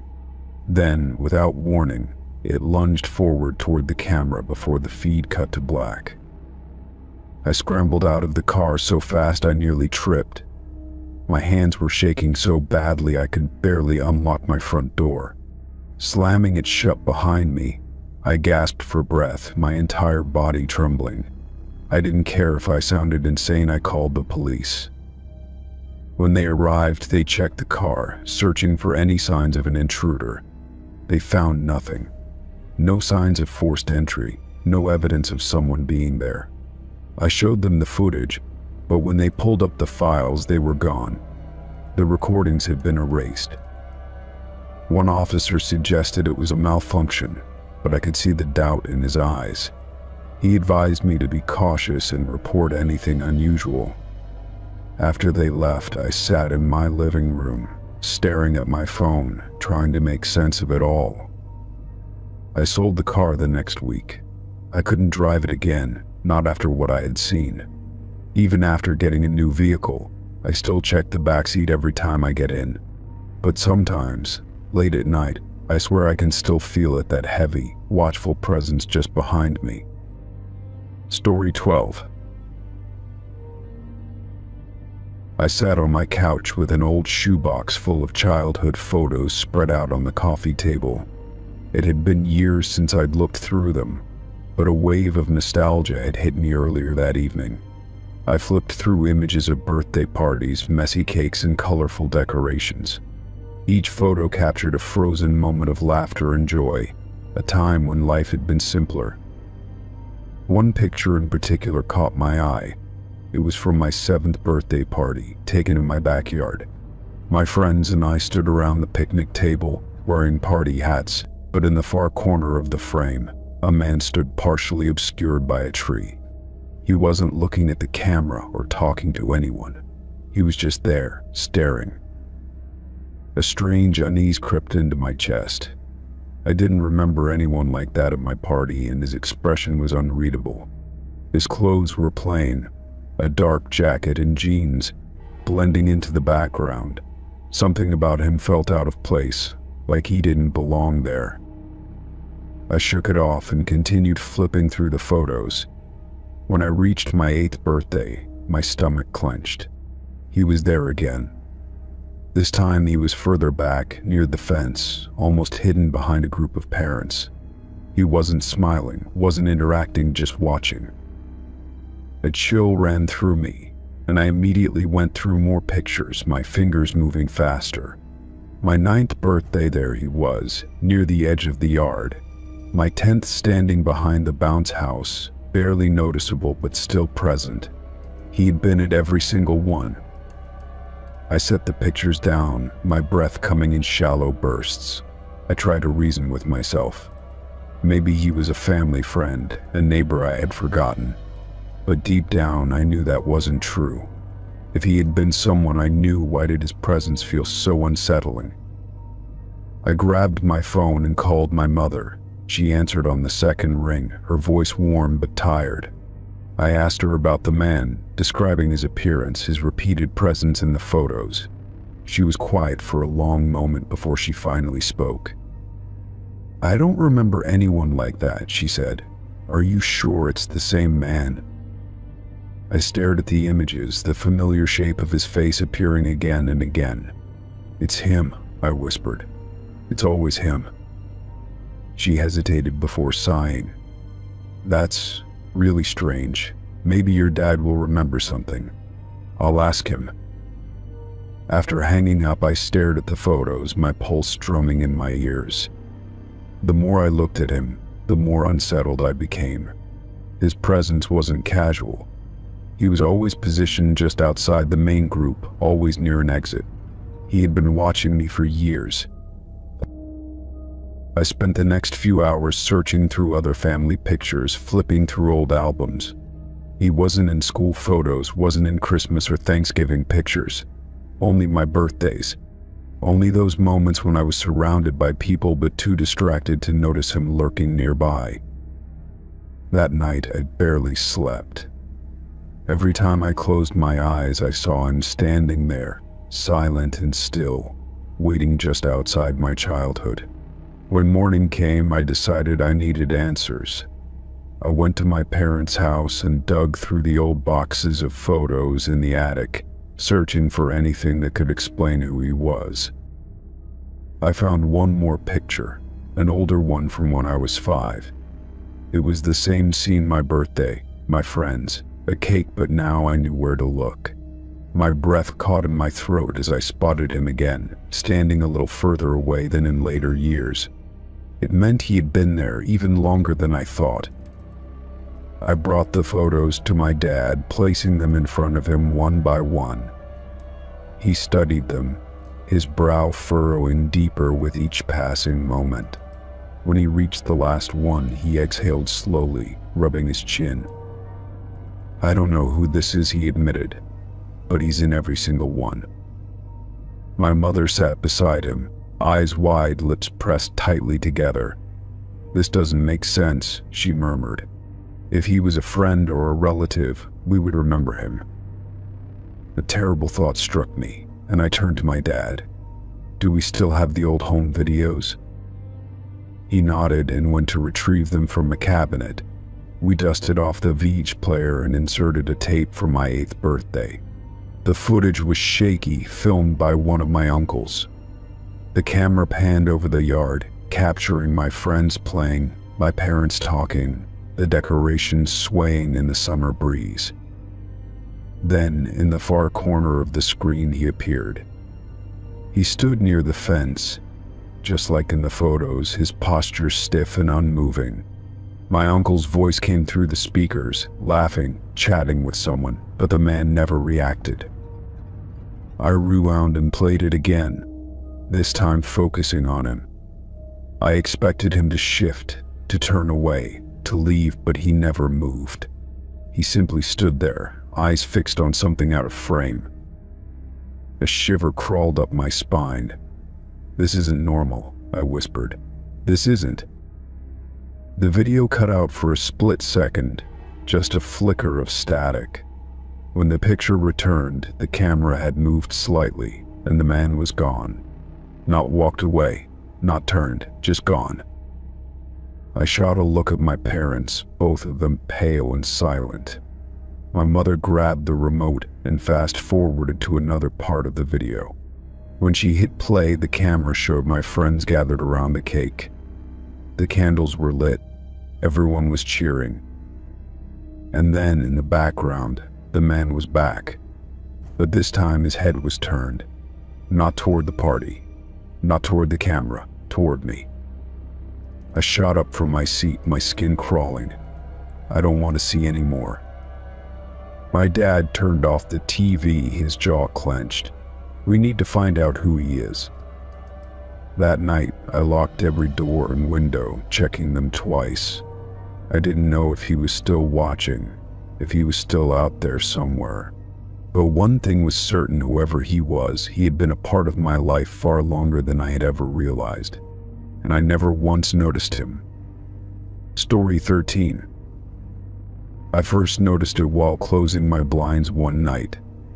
A small red light blinked from my neighbor's house, directly across from my bedroom window. At first I assumed it was a reflection, but when I leaned in closer, I realized it was a security camera. It was angled sharply upward, aimed right at my room. A chill ran down my spine as I stared at the camera's unblinking lens. My neighbor, Mr. Holloway, was an older man who had lived there for years. We weren't close, but he had always been friendly enough. It struck me as strange that he'd install a camera in such an intrusive position. The next morning, I decided to ask him about it. I knocked on his door, waiting as the wind whistled through the trees. When he finally answered, his face wrinkled in confusion at my question. He swore he had never installed a security camera. I frowned, glancing back at the camera still pointed at my window. He followed my gaze, stepping outside for a better look. His expression darkened as he murmured that he hadn't put anything up there. He even seemed unnerved, muttering about how he never needed security before. Together, we walked around his house to check it out. The camera was mounted high, almost too high for either of us to reach without a ladder. There were no visible wires, no signs of tampering, just that single blinking red light. Mr. Holloway cursed under his breath and said he'd call someone to remove it. That night, I kept my blinds tightly shut. I couldn't shake the feeling of being watched, as if unseen eyes lingered on the other side. My room felt suffocating, the air thick with unease. Sleep didn't come easily. By morning, curiosity got the best of me and I peeked out the window. The camera was still there, completely unchanged. I decided to check on Mr. Holloway, hoping he had made progress in getting rid of it. But when I knocked on his door, there was no answer. His car was in the driveway and the house seemed undisturbed. Something felt wrong. I stepped around the side of his house, calling his name. When I reached his back door, I found it slightly ajar. A cold dread settled in my stomach. Pushing the door open, I hesitated before stepping inside. The house was eerily silent, as if holding its breath. The air smelled faintly of something stale. I moved cautiously, my footsteps muffled against the worn carpet. I found him in the living room, sitting stiffly in his recliner. His eyes were open, staring blankly at the television, which was stuck on a static screen. At first I thought he had fallen asleep, but when I called his name again, he didn't respond. A closer look made my blood run cold. He wasn't breathing. I stumbled back, my heart hammering against my ribs. Panic clawed at my throat as I fumbled for my phone, my hands trembling as I dialed emergency services. The dispatcher's voice was distant as I explained what I had found. My mind raced, trying to make sense of it. He had been fine yesterday. The police arrived quickly, their presence making the small house feel even smaller. They asked questions, their faces grim as they examined the scene. No signs of forced entry. No clear cause of death. Just a man sitting lifelessly in front of his TV. I barely heard them when they asked me to step outside. My gaze kept drifting toward the security camera, still fixed on my window. Something about it felt wrong, like it didn't belong. One of the officers followed my stare and asked if it was mine. I told him no. He retrieved a ladder and climbed up to remove it. As soon as he touched it, the camera's red light flickered and went out. He unmounted it with ease, but when he turned it over in his hands, his brow furrowed. There were no brand markings, no serial number, nothing to indicate where it had come from. That night I tried to sleep, but unease kept me awake. Every shadow outside my window felt too dark, every noise too sharp. My neighbor was gone, and yet the presence of that camera lingered in my thoughts. Where had it come from? Why had it been watching me? The next morning I checked outside, expecting to see an empty space where the camera had been. Instead, my stomach dropped. It was back. mounted in the same spot, angled the same way, its red light blinking steadily. I stepped away from the window, my breath shallow. This wasn't normal. I grabbed my phone and called the police again. When they arrived, I led them straight to the camera, but this time they hesitated. They had taken it away the night before, yet here it was, as if it had never been touched. They removed it again, checking for any signs of tampering. But when they reviewed the security footage from the previous night, there was nothing. No one had come to reinstall it. No movement at all. It had simply appeared. After they left, I tried to convince myself that it was over, that it was just some bizarre, explainable situation. But deep down, I knew better. As night fell, dread settled in my bones. I pulled my blinds shut again, refusing to look outside. Then, just past midnight, my phone buzzed with a notification. My home security app had detected movement. With a shaking hand, I opened the footage. My screen filled with a grainy black and white view of my bedroom window from the perspective of the camera. The angle was perfect, as if it had been watching me all along. My stomach twisted as I realized something even worse. In the reflection of the glass, just barely visible, was a figure standing in my room, watching me from the darkness. Story 14. The bar was quieter than usual, the hum of conversation a low murmur beneath the soft clinking of glasses. I had come alone, hoping for a drink to unwind after a long week. The air smelled of whiskey and old wood, the dim lighting casting long shadows across the counter. A few patrons sat scattered around, lost in their own worlds. I had just finished my second drink when I noticed the wallet on the bar stool beside me. It was black, slightly worn, as if it had been carried around for years. I glanced around, expecting someone to claim it, but no one seemed to be looking for anything. Curiosity tugged at me, and after a moment's hesitation, I picked it up. Flipping it open, I found an ID tucked neatly inside. My stomach tightened as my eyes scanned the familiar face staring back at me. It was my face down to every last detail, but the name printed on the card was completely different. My pulse quickened as I traced my thumb over the plastic, half expecting it to change before my eyes. I checked the rest of the wallet, finding a few crisp bills, a couple of receipts, and an old movie ticket stub. The strangeness of it all sent a cold shiver through me. I glanced around again, suddenly uneasy, half expecting someone to be watching, but no one paid me any attention.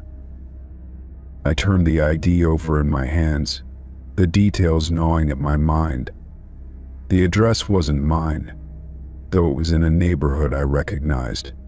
The birthday was close to mine, but off by a couple of days.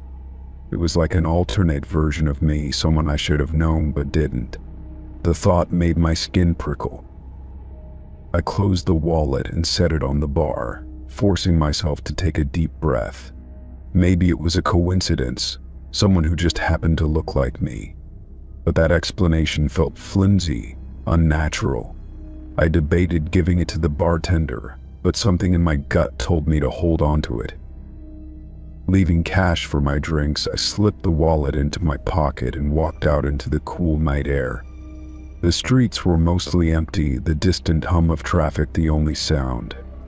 My car was parked a block away, but my mind was too tangled in thought to focus on anything else. When I got home, I sat at my kitchen table and emptied the wallet again, laying everything out in front of me. The receipts were from places I had never been, restaurants I didn't recognize. The ticket stub was dated months ago, for a film I never saw. It was unsettling, like glimpsing into a life that wasn't mine but should have been. I pulled out my phone and searched the name on the ID. Nothing. No social media, no news, no trace of this person anywhere. My unease deepened as I checked the address. It was a real place, not far from where I lived. The urge to go there pulsed through me, irrational but irresistible. Sleep didn't come easily that night. I kept the wallet on my nightstand, glancing at it every so often as if it might vanish. When morning came, I made up my mind. I had to see the address for myself. The house was a small, unassuming place on a quiet street. The shutters were closed, the lawn slightly overgrown. I hesitated before walking up the steps, my pulse hammering in my ears. Knocking felt wrong, like I was disturbing something best left alone. Before I could decide, the door creaked open. A woman stood there, her expression unreadable. She looked at me for a long moment before speaking. "You shouldn't be here," she said, her voice low, careful. I swallowed hard, gripping the wallet in my pocket. "I found this," I said, pulling it out and holding it up. "It belongs to—" I hesitated, unsure how to finish the sentence. Her eyes flicked to the wallet, then back to me. Something in her face shifted, a flicker of recognition followed by something colder. "Come inside," she said, stepping back. Every instinct told me to walk away, but my feet carried me forward. The house smelled faintly of dust and something else, something I couldn't quite place. The walls were bare, the furniture minimal. It didn't feel lived in. She gestured for me to sit, but I remained standing. "Who is this?" I asked, holding up the ID. She exhaled slowly, studying me. "You don't remember, do you?" A chill ran through me. "Remember what?" She reached into a drawer and pulled out a small stack of photographs. She handed one to me, and my breath caught in my throat. It was me, or someone who looked exactly like me, standing next to her. The date on the back was from 2 years ago. I shook my head, my stomach twisting. "That's not possible," I whispered. She gave a sad, knowing smile. "You were here before. You left. And now you found your way back." The room felt smaller, the air heavier. My mind raced, trying to grasp something solid, something real. "I don't remember this," I said, my voice barely above a whisper. She nodded. "You wouldn't. You weren't supposed to." The weight of her words pressed down on me. My hands trembled as I set the photo down. "Who am I?" I asked, the question burning in my throat. She looked at me for a long time before answering. "That depends on which version of you believe in." The words sent a cold wave through me, like stepping into deep, dark water. I backed toward the door, every fiber of my being screaming at me to leave. She didn't stop me. She just watched, the same unreadable expression on her face.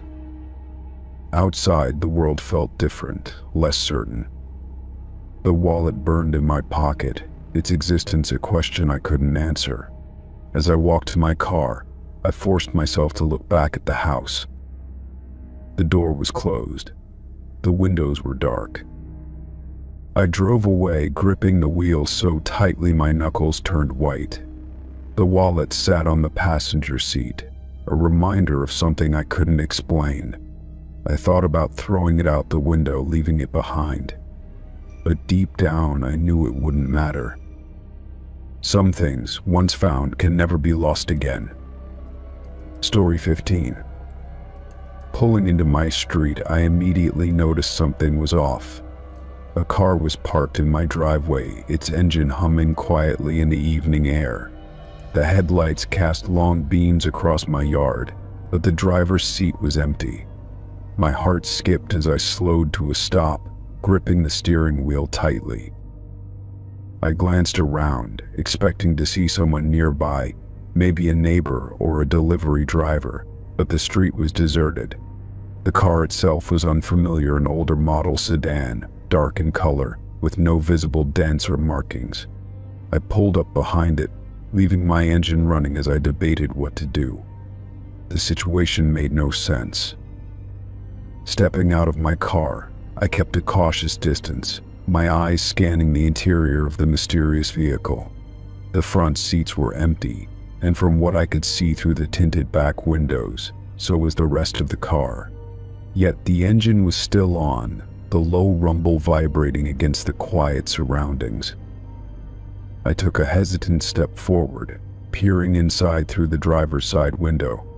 The dashboard lights were dim, flickering slightly, as if the car had been left idling for a while. The keys were still in the ignition, turned just enough to keep the car running, but there was no sign of the owner. A chill crawled up my spine as I scanned the area again. My house was dark, just as I had left it that morning. No movement in the yard, no shadow passing by the windows. The longer I stood there, the heavier the silence became. Something about it felt deliberate.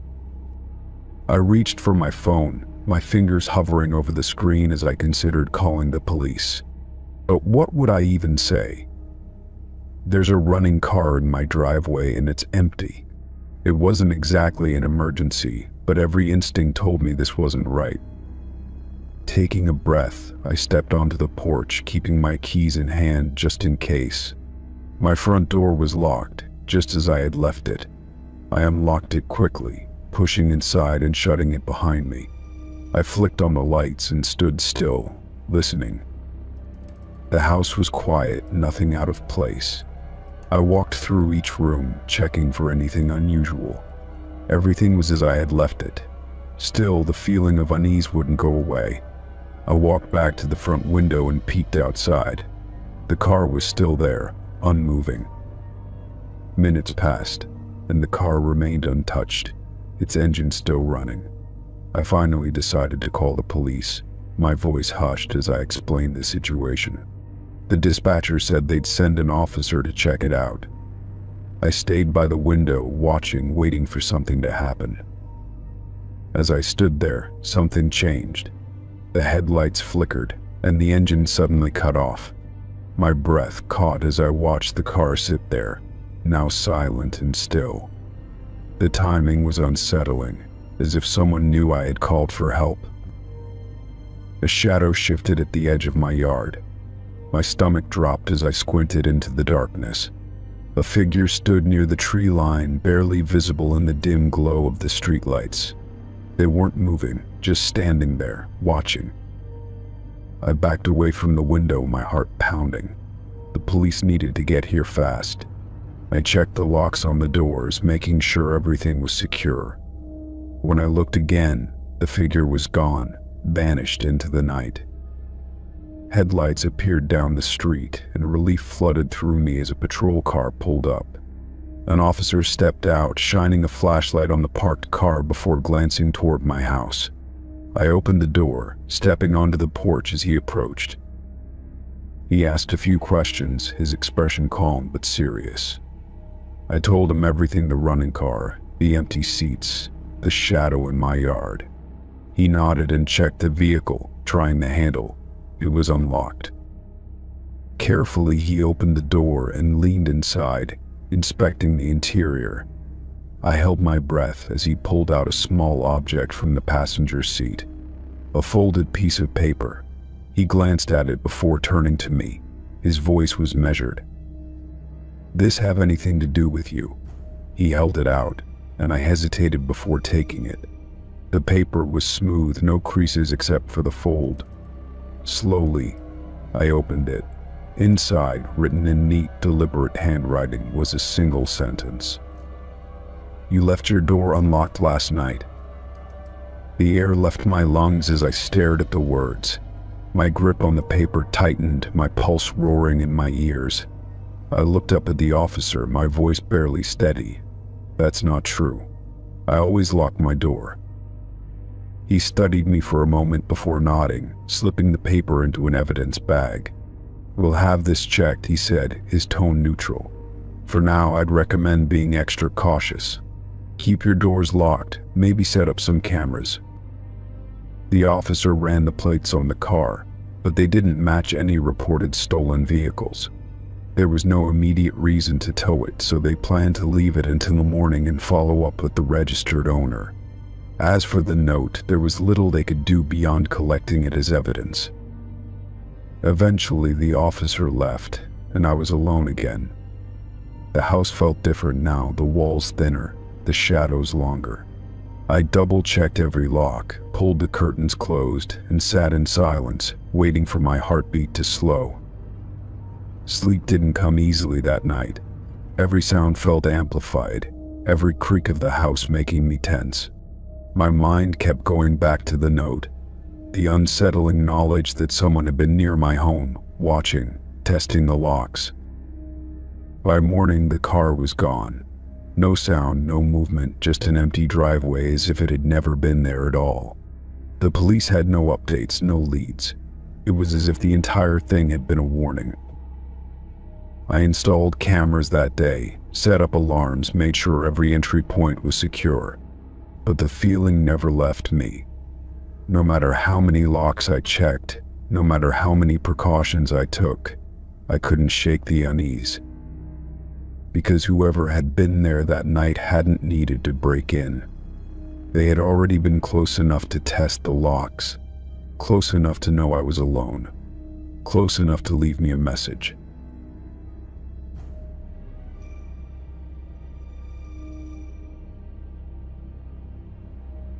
Story 16. My phone rang late at night, the screen flashing with an unknown number. I hesitated before answering, expecting a telemarketer or a wrong number. When I put the phone to my ear, I heard breathing on the other end, steady and controlled. "Hello?" I asked, my voice tentative. There was a brief silence before the response came. It was my voice, but slightly off, as if it were repeating my words with a slight delay. I froze, a chill creeping up my spine. "Who is this?" I asked, but the voice on the other end echoed the same words back at me, just a second too late. It wasn't a recording, it matched my tone and hesitation perfectly. I hung up, my hand shaking. My first thought was that someone was playing a prank, maybe using some kind of voice software. But as I sat in the dim glow of my bedside lamp, staring at my phone, the unease wouldn't leave me. A minute later, the phone rang again. The same number. My heartbeat pounded in my ears as I declined the call. Almost immediately, a new message appeared. It was a voice memo, only a few seconds long. I debated whether to listen to it. Finally, I pressed play, my own voice whispering through the speaker. "Why did you hang up?" It was unmistakably me, but there was something wrong about it. My room felt colder, my breath uneven. I checked the number online, but nothing came up. There were no records, no location, nothing. It was as if the call had come from nowhere. I locked my phone and set it down, trying to shake off the fear creeping into my mind. It had to be some kind of trick, maybe even a scam, but deep down I felt like something far stranger was happening. The rest of the night passed in silence, but I barely slept. My dreams were restless, filled with distorted echoes of my own voice whispering in my ears. When I woke up, my phone had another voicemail from the same number. This time, the message was longer. I pressed play with trembling fingers. "I just want to talk," the voice said. Then, after a pause, "Don't ignore me." It was my voice, but the way it spoke sent a shiver through me. I deleted the message, telling myself it was just someone messing with me. But the calls didn't stop. Every night, just after midnight, the number would appear on my screen, ringing once or twice before stopping. One night, I decided to answer again. "What do you want?" I demanded, my voice sharp with frustration and fear. The delay was barely noticeable this time. "I want to understand," the voice said. Then, after a pause, "Do you?" My hands clenched into fists. "Understand what?" The silence stretched too long, and then the voice said something that made my stomach drop. "Where were you last night?" I didn't answer. The voice continued. "You were asleep."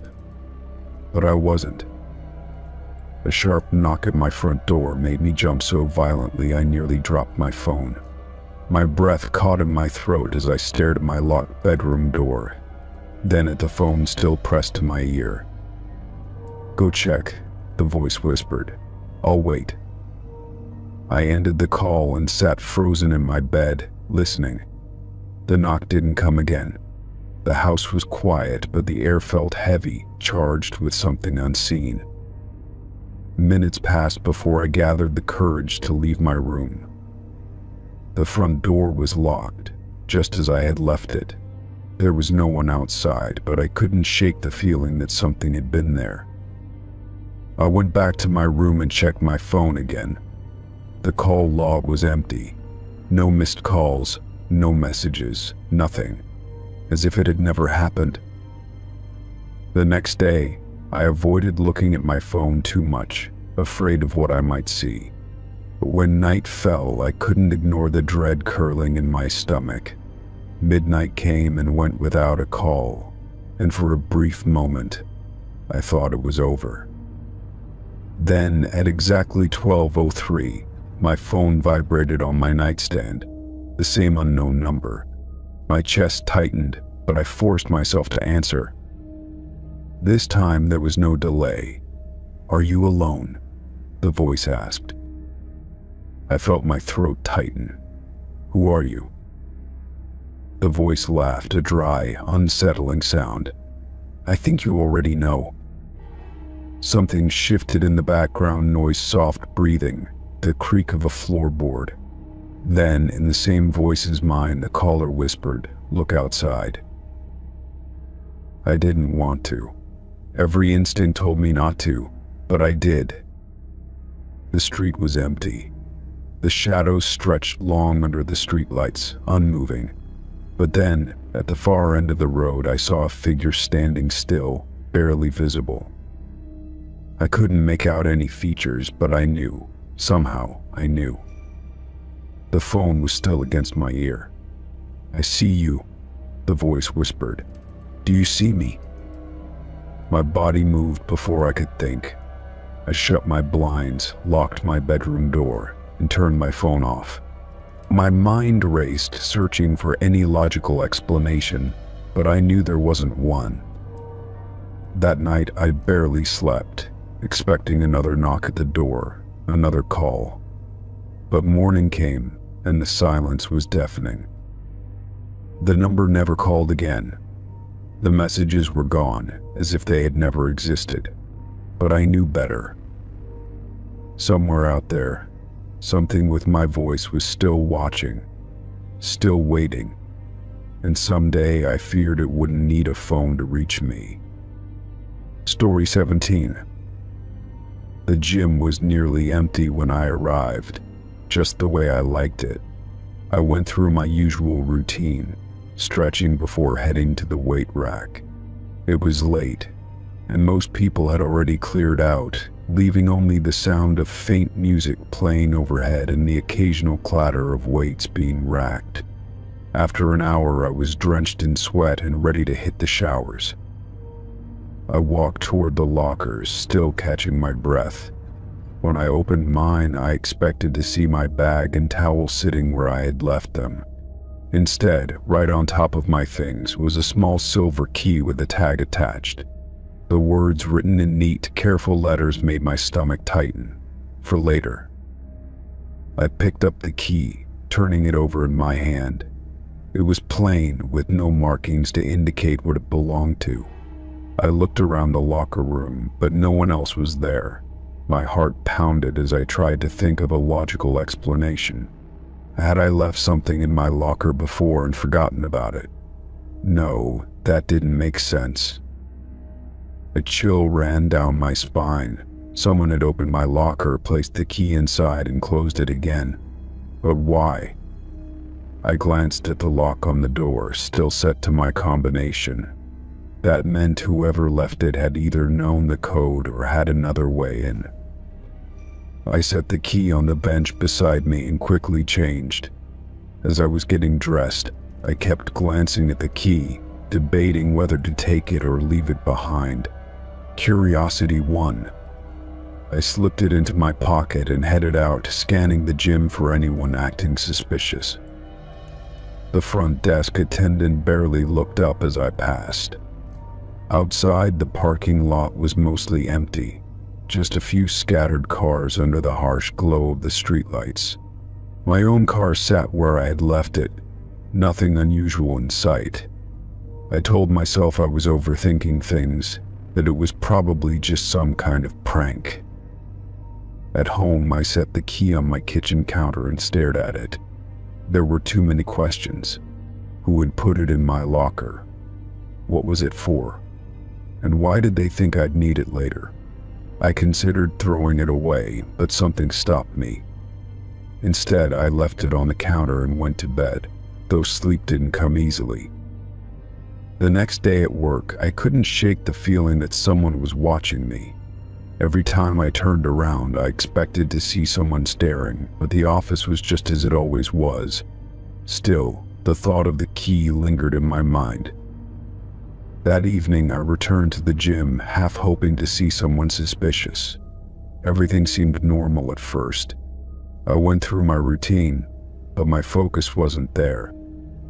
I found myself glancing at the other gym goers, wondering if any of them had been the one to leave the key. When I finished my workout, I hesitated before opening my locker. Part of me expected to find something else inside, but when I swung the door open, there was nothing unusual. My things were right where I had left them. I sighed, trying to shake off the paranoia. Maybe it really had been a mistake or a joke, but as I stepped out of the gym into the night air, my phone buzzed in my pocket. A text from an unknown number flashed on the screen. Use the key, you'll understand. A cold dread settled over me. I looked around the parking lot, but no one seemed to be watching. My fingers clenched around the phone as I read the message again. How did they even get my number? I considered blocking it and pretending this never happened. But another part of me, the part that had picked up the key instead of leaving it behind, needed to know the truth. I pulled the key from my pocket and examined it again. There had to be a lock somewhere that it fit, but where? And what would I find when I used it? The next message came before I could put the phone away. Locker 133. Midnight. My pulse pounded in my ears. That was a locker in the gym, one I knew was usually empty. Was this some kind of setup? I knew I should walk away, throw the key in the trash and forget this ever happened. But instead, I found myself waiting, watching the clock tick toward midnight. When I finally returned to the gym, the place was almost deserted. The overnight staff barely glanced at me as I walked in. I made my way to the locker room, my footsteps echoing in the silence. Locker 133 stood at the end of the row, slightly scuffed from years of use. My hands shook as I slid the key into the lock. It turned smoothly, and the door creaked open. Inside, there was only a single item. A manila envelope, thick with papers. I pulled it out, my breath quickening. The outside had my name written in black ink. My stomach clenched. This wasn't just some random game. Whoever left this had been watching me. They knew who I was. I swallowed hard and opened the envelope. Inside were photographs of me, at work, at the gym, at my apartment. Each one carefully taken, from angles that suggested whoever had done this had been following me for a long time. My hands trembled as I flipped through them. Some were taken at night through my apartment window. The last one made my blood run cold. It was a picture of me standing in front of locker 133. The timestamp on the bottom corner showed it had been taken just minutes ago. A noise behind me made me whip around. The locker room was still empty, but I knew I wasn't alone. My phone buzzed one last time. I didn't want to look, but I couldn't stop myself. Now you see, but it's too late. A shadow shifted at the far end of the room. The lights flickered. The last thing I heard before everything went dark was the sound of the locker door slamming shut behind me. Story 18. The first time I noticed them, I barely gave it a second thought. A man standing near the bus stop, his hands tucked into the pockets of a dark coat. I assumed he was waiting for the bus like everyone else, but when mine arrived and I got on, he didn't move. He just stood there, watching as the bus pulled away.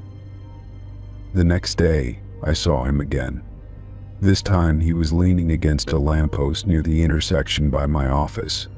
His posture was relaxed, but his eyes were locked on me as I crossed the street. A strange prickle of unease crept up my spine, but I convinced myself it was just a coincidence. Cities were full of familiar faces after all. By the end of the week, it wasn't just a coincidence anymore. No matter which route I took, he was always somewhere along the way. Sometimes by the coffee shop, other times near the subway entrance. He never tried to approach me, never said a word. He just watched, always watching. I told myself I was imagining things. Maybe I just happened to notice him more because I had fixated on it. But deep down, I knew better. He wasn't just a random commuter. He was following me. One evening, I decided to test my theory. I took an entirely different route home, weaving through unfamiliar streets and doubling back a few times. When I finally turned onto my block, my stomach dropped. There he was, standing across the street from my apartment building, as if he had been waiting the entire time. I forced myself to keep walking, my hands clenched into fists. My mind raced, trying to come up with an explanation that didn't make my skin crawl. Maybe he lived nearby, maybe it was all just some strange misunderstanding. But as I fumbled with my keys and stepped inside, I couldn't shake the feeling of his eyes lingering on me. That night, I barely slept. Every sound outside made me flinch, every shadow seemed deeper than before. I checked the locks on my door twice before finally collapsing into bed. When my alarm went off in the morning, I half expected to wake up and realize it had all been paranoia. But he was there again. This time, standing at the corner near my bus stop. My pulse quickened as I pretended not to see him, pretending I wasn't affected. But I could feel his gaze on me, heavy and unrelenting. I decided to do something about it. At lunch, I went to the nearest police station and explained the situation. The officer at the desk listened, nodding as I spoke, but when I finished, he just sighed. Has he threatened you? Approached you? I shook my head, frustration bubbling up. No, but he's everywhere I go. That's not normal. The officer glanced at his computer screen before looking back at me. If he hasn't done anything illegal, there's not much we can do. Let us know if he escalates. The dismissal stung, but I thanked him and left. That evening I stayed late at work, dreading the walk home. The office emptied out, leaving only the hum of the fluorescent lights and the distant sound of the cleaning crew. By the time I finally left, the streets were quieter than usual. As I rounded the corner near my building, I froze. He was standing under a streetlight, closer than ever before. My breath caught in my throat. For the first time, I could see his face clearly. His features were ordinary and unremarkable, but his expression sent a chill through me. It wasn't anger, nor amusement, it was expectation. I turned and bolted. I didn't care how it looked, didn't care if I was overreacting. I just ran. My heart pounded as I reached my apartment door, fumbling with my keys. When I finally got inside, I locked the door behind me and pressed my back against it, gasping for breath. I forced myself to peek through the peephole. The hallway was empty. My phone buzzed in my pocket, making me jump. A message from an unknown number. My hands trembled as I opened it. Why did you run? A cold, sinking dread settled in my stomach. He had my number.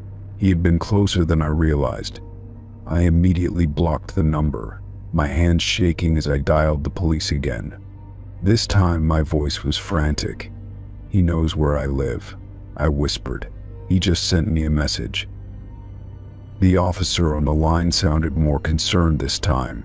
"We'll send someone over to take a report," he assured me. "Keep your doors locked." I nodded even though he couldn't see me. "Okay." The wait felt endless. I paced the living room, peeking through the blinds every few minutes. When the officers finally arrived, I practically threw open the door. They checked my phone, took down the details, but their faces held the same uncertainty. "We'll increase patrols in the area," one of them said. "But be cautious. If you see him again, don't engage." After they left, I curled up on the couch, sleep impossible. Hours passed, the city outside continuing its rhythm. I told myself it would be fine, that the police knew now. But as dawn broke and exhaustion began to weigh on me, I made the mistake of glancing out the window. He was there. Not across the street, not lurking in the distance. He was standing directly beneath my window, his head tilted slightly upward. And this time he smiled. Story 19. I set my suitcase down and stretched, shaking off the fatigue from my long drive. The hotel room was standard neutral walls, a small desk, a queen-sized bed, but it was clean, and that was all I cared about. I dragged my bag to the closet, planning to hang up a few clothes. When I slid the door open, my breath caught in my throat. The suitcase was already inside. It was black, slightly worn, with a faint scuff mark on the side. I hesitated before reaching for the tag, expecting to see a name, but there was nothing. The hotel shouldn't have missed something like this. I pulled out my phone and dialed the front desk, my fingers tightening around the handle of my own bag. "Hi, I just checked into room 314, and there's already a suitcase in the closet," I said, keeping my voice steady. The woman on the other end sounded confused. "That's strange. No one stayed in that room for days." I frowned, glancing at the suitcase again. "Are you sure? Maybe housekeeping forgot to remove it." There was a brief silence. "Housekeeping reported the room as empty this morning." A chill ran through me. I forced a laugh, trying to brush off my unease. "Well, someone must have left it behind." The woman assured me she would send someone up to take care of it. I hung up and stepped back, not wanting to touch the bag any more than I already had. Something about it felt wrong. 15 minutes passed, and no one came. I kept glancing at the closet, feeling its presence like a weight in the room. Finally, my curiosity got the better of me. I crouched down and unzipped the suitcase just enough to peek inside. The first thing I saw was a neatly folded shirt. Underneath it, something glinted. My fingers hesitated before pushing the fabric aside. A watch, a silver one with a broken strap. Next to it, a leather wallet worn at the edges. I exhaled, telling myself this was just someone's misplaced luggage. But then my fingers brushed against something cold and metallic. I pulled out a key, an old-fashioned one, heavier than the modern hotel keycards. My heart pounded as I dropped it back into the suitcase. I zipped it up quickly and stepped away. The hotel still hadn't sent anyone, and the longer I stayed in the room with that bag, the more unsettled I felt. I grabbed my phone and dialed the front desk again. "Hey, I called earlier about the suitcase in my closet. No one's come to get it yet." The woman sounded different this time, her voice lower. "I'm sorry, sir, but we don't have any record of a suitcase in that room." My grip tightened on the phone. "What do you mean?" "I'm looking at it right now." Another pause. Housekeeping didn't report any lost items. Are you sure it's not yours? I took a step back, glancing at the closet like it might shift before my eyes. I didn't put it there. The woman hesitated, then cleared her throat. I'll send security up. I hung up without responding, my skin prickling. I sat on the edge of the bed, staring at the closet door, waiting. After 10 long minutes, there was a knock at my door. I opened it to find a tall man in a security uniform. "You reported a suitcase?" he asked, glancing around the room. I nodded and pointed to the closet. He walked over and pulled the suitcase out, inspecting it. "You said this was here when you arrived?" "Yes. The front desk said no one had been in this room for days." The guard knelt down and unzipped the bag. My stomach clenched as he pulled out the shirt, then the wallet. He flipped it open, his expression unreadable. Then he reached deeper into the suitcase, his brow furrowing. "There's a name on the ID," he muttered. I leaned closer, my heart racing. "Who is it?" He didn't answer right away. Then, in a low voice, he said, "The man who stayed in this room last. He checked in 2 weeks ago and never checked out." I felt a cold sweat break out along my back. "What do you mean?" "The front desk told me no one had been here for days." The guard shut the suitcase firmly. "Because they never found him. He vanished." My breath caught. "Vanished, as in just disappeared." He nodded. "His belongings were gone. No one saw him leave. Security footage had gaps like it had been tampered with. It was like he was erased." I stared at the suitcase, my stomach twisting. And now his bag is back. The guard stood, his posture suddenly tense. "I'll take this downstairs. Don't leave your room just yet." The way he said it made my skin crawl. He left, carrying the suitcase with him, and I locked the door behind him. I sat on the bed, my mind racing. The key. I had left it in the suitcase, but I couldn't stop thinking about it. What door did it open? And why had the man before me taken it with him only to disappear? An hour passed, then 2. No one from the hotel called me back. Finally, I couldn't take it anymore. I grabbed my phone and dialed the front desk again. The woman who answered sounded different from before. "Hello, front desk."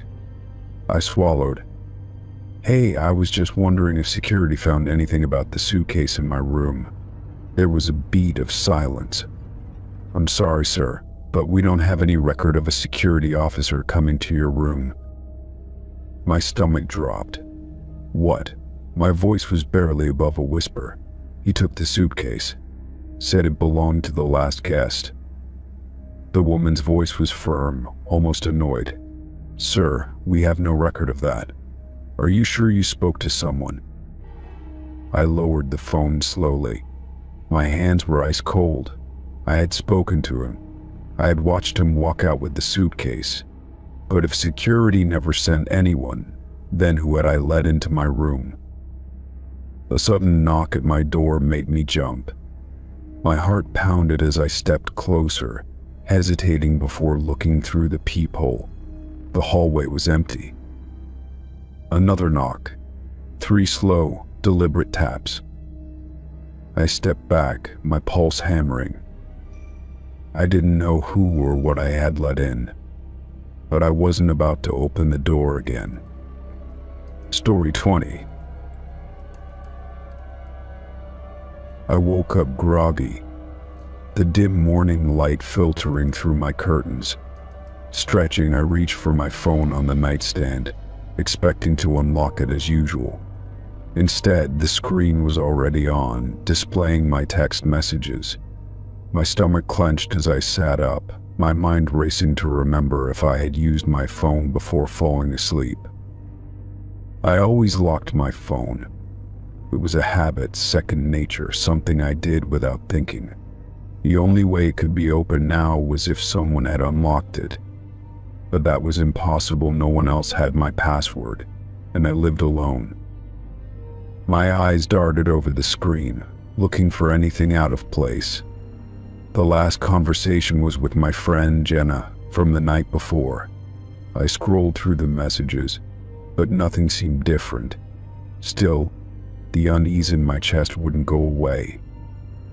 I checked the call log, wondering if I had sleepily answered a call in the middle of the night. Nothing. No missed calls, no outgoing ones, nothing unusual. Yet the phone had been unlocked, and I had no memory of doing it. I got up, shaking off the lingering drowsiness, and walked to the kitchen to make coffee. Maybe I had been half awake and opened my phone without remembering. That had to be it. Still, I couldn't shake the feeling that something was off. As the coffee brewed, I scrolled through my phone again. I checked the browsing history, my email, even my notes app. Nothing had been changed or added. But that didn't mean someone hadn't looked. A sudden chill ran through me as a thought formed in my mind. Had someone been in my apartment? I turned, scanning the small space as if expecting to see a stranger standing there. Everything looked normal. The door was still locked. I tried to push the thought away, but the paranoia had taken root. Setting my coffee down, I walked over to the front door and checked the lock again. Secure. The windows were all shut, just as I had left them. But that didn't mean much if someone had a key. I went back to my bedroom, my hands slightly unsteady as I checked my phone again. This time I noticed something. The battery was lower than it should have been. I had gone to sleep with nearly a full charge, but now it was drained more than usual. I opened the settings and checked the battery usage. Nothing strange, just the usual apps I use daily. But then at the very bottom, there was activity for the messaging app at 3:42 a.m. My breath caught. I had been asleep at that time. I opened my messages again, my heart pounding in my ears. I scrolled through my conversations, looking for something. Anything. That had changed. And then I saw a draft. A message typed out but never sent. The text was short, just a single sentence. I see you. I stared at the screen, my pulse hammering in my throat. I hadn't typed that. There was no way. My fingers trembled as I tried to make sense of it. Had someone broken in just to type a message on my phone? I deleted the draft, my breath coming faster. Maybe this was a prank. Maybe I had done it in my sleep, though that seemed unlikely. I needed to talk to someone about this. Grabbing my phone, I called Jenna. She picked up on the second ring, her voice groggy. "Hey, what's up?" "Something weird happened," I said, trying to keep my voice steady. I woke up and my phone was unlocked. There was a message typed out, but I didn't write it. She was silent for a moment before letting out a nervous laugh. "Maybe you sleep texted." "I don't think so," I said. "It was just I see you. That's not something I would type." Now she was awake. "That's creepy. Are you sure no one else has access to your phone?" "Positive," I said, and my door was locked. No signs of a break-in. "Check your cameras," she said. I hesitated. I had a security camera in my living room, facing the front door. If someone had entered, it would have recorded it. Swallowing hard, I opened the app and pulled up the footage from last night. The video played in fast forward, showing nothing unusual. Just the dimly lit apartment, shadows shifting as cars passed outside. And then, at 3:42 a.m., the screen flickered. For a split second, the camera went dark, then came back. My stomach turned to ice. That was the exact time the message had been typed. I rewound and slowed the footage, watching closely. The screen flickered again, just for a moment, but this time I saw it. A shape. A figure standing in my living room, motionless. I stopped breathing. The figure didn't move, didn't shift, just stood there, watching. The darkness obscured its face, but I could see the outline of a person. Then, the screen flickered again, and the figure was gone. My hands felt numb as I gripped the phone. "Jenna," I whispered. "Someone was in my apartment." She cursed. "Call the police, right now." I nodded, but I couldn't move. The figure had been inside, standing in my living room, watching me sleep, and I had never known. Finally, I forced myself to dial. The dispatcher was calm, asking me to stay on the line. Minutes later, I heard the knock on my door, the officers arriving faster than I had expected. I let them in, my hands still shaking as I explained what had happened. They checked every room, every closet, but found nothing. My locks were intact, no forced entry, no signs of anyone still inside. I showed them the footage. One of the officers frowned, rewinding and playing it again. But this time there was nothing. No flicker, no figure, just an empty living room. I felt sick. "It was there," I said, my voice barely above a whisper. "I saw it." The officers exchanged glances, one of them giving me a sympathetic look. "We believe you," he said. But I could tell he wasn't convinced. They took a report and promised to have patrols in the area. But as they left, I knew it wouldn't be enough. Because someone had been in my home, someone had unlocked my phone. And if they had done it once, they could do it again. Story 21. The van first appeared on a Monday morning, parked just across the street from my house. I didn't think much of it at first, assuming it belonged to a neighbor or a contractor working in the area. It was an older model, white with no visible markings, the kind that could belong to anyone. But as the days passed, it never moved. By Wednesday, I started to feel uneasy. The van remained in the exact same spot, yet I never saw anyone go near it. No one entered or exited, and there were no signs of life inside. I asked a few neighbors if they had noticed anything strange, but they all shrugged it off. On Thursday evening, as I took out the trash, I paused to get a closer look. The van's windows were tinted, making it impossible to see inside. A faint hum reached my ears, and that's when I realized something that sent a chill down my spine. The engine was running. I stepped back, suddenly on edge. There was no driver, no movement inside, yet the vehicle was on. The soft vibration of the engine made the moment feel surreal, like I had stepped into something I wasn't supposed to. I hurried back inside, locking the door behind me. That night I couldn't sleep. My curtains were slightly parted, allowing a sliver of the van to remain in view. The hum of the engine never stopped, a constant presence in the background. I told myself to ignore it, to let it be someone else's problem. By Friday, my unease turned into something closer to fear. The van was still there, still idling, but now something was different. The driver's side door was slightly ajar.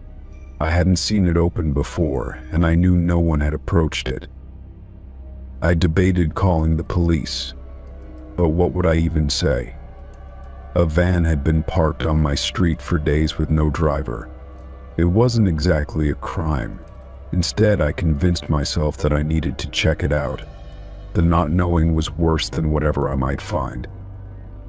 My heart pounded as I crossed the street, every step feeling heavier than the last. The air around the van was thick, like the atmosphere had shifted. As I approached, I reached out hesitantly, pushing the door open just a little more. The inside was empty. No driver, no passengers, just an old, cracked dashboard and worn-out seats. The keys dangled from the ignition, the engine purring softly. But the moment my fingers brushed the door handle, the sound cut off. The van went silent. I stumbled back, my breath catching in my throat. The air around me felt heavier, like something unseen was pressing in. I spun around, half expecting to see someone watching me, but the street was empty. Just the quiet houses and the dim glow of streetlights. I rushed back home, locking the door and double-checking the windows. My hands were shaking, and I couldn't explain why. It wasn't just the van being empty, it was the feeling I got standing next to it, like I had interrupted something.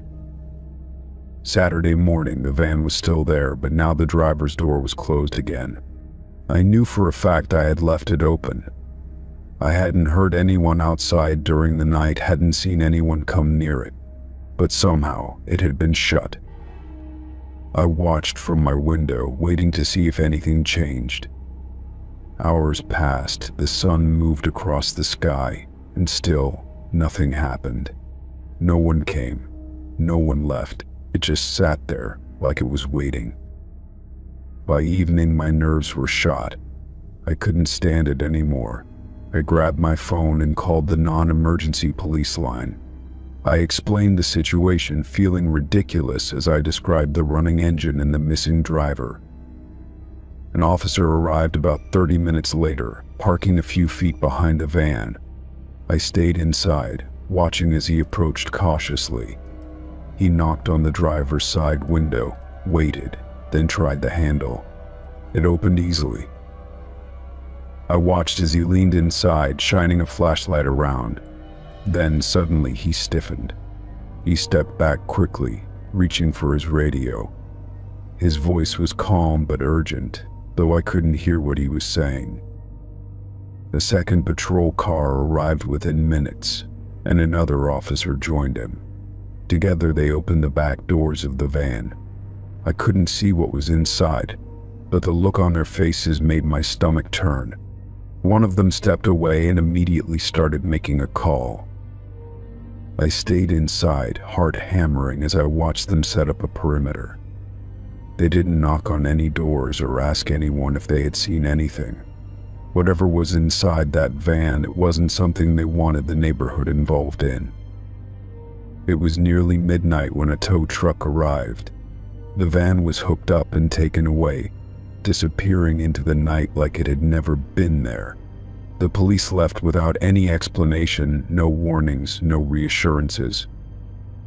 By Sunday, the street was back to normal, but I couldn't shake the feeling that something was still wrong.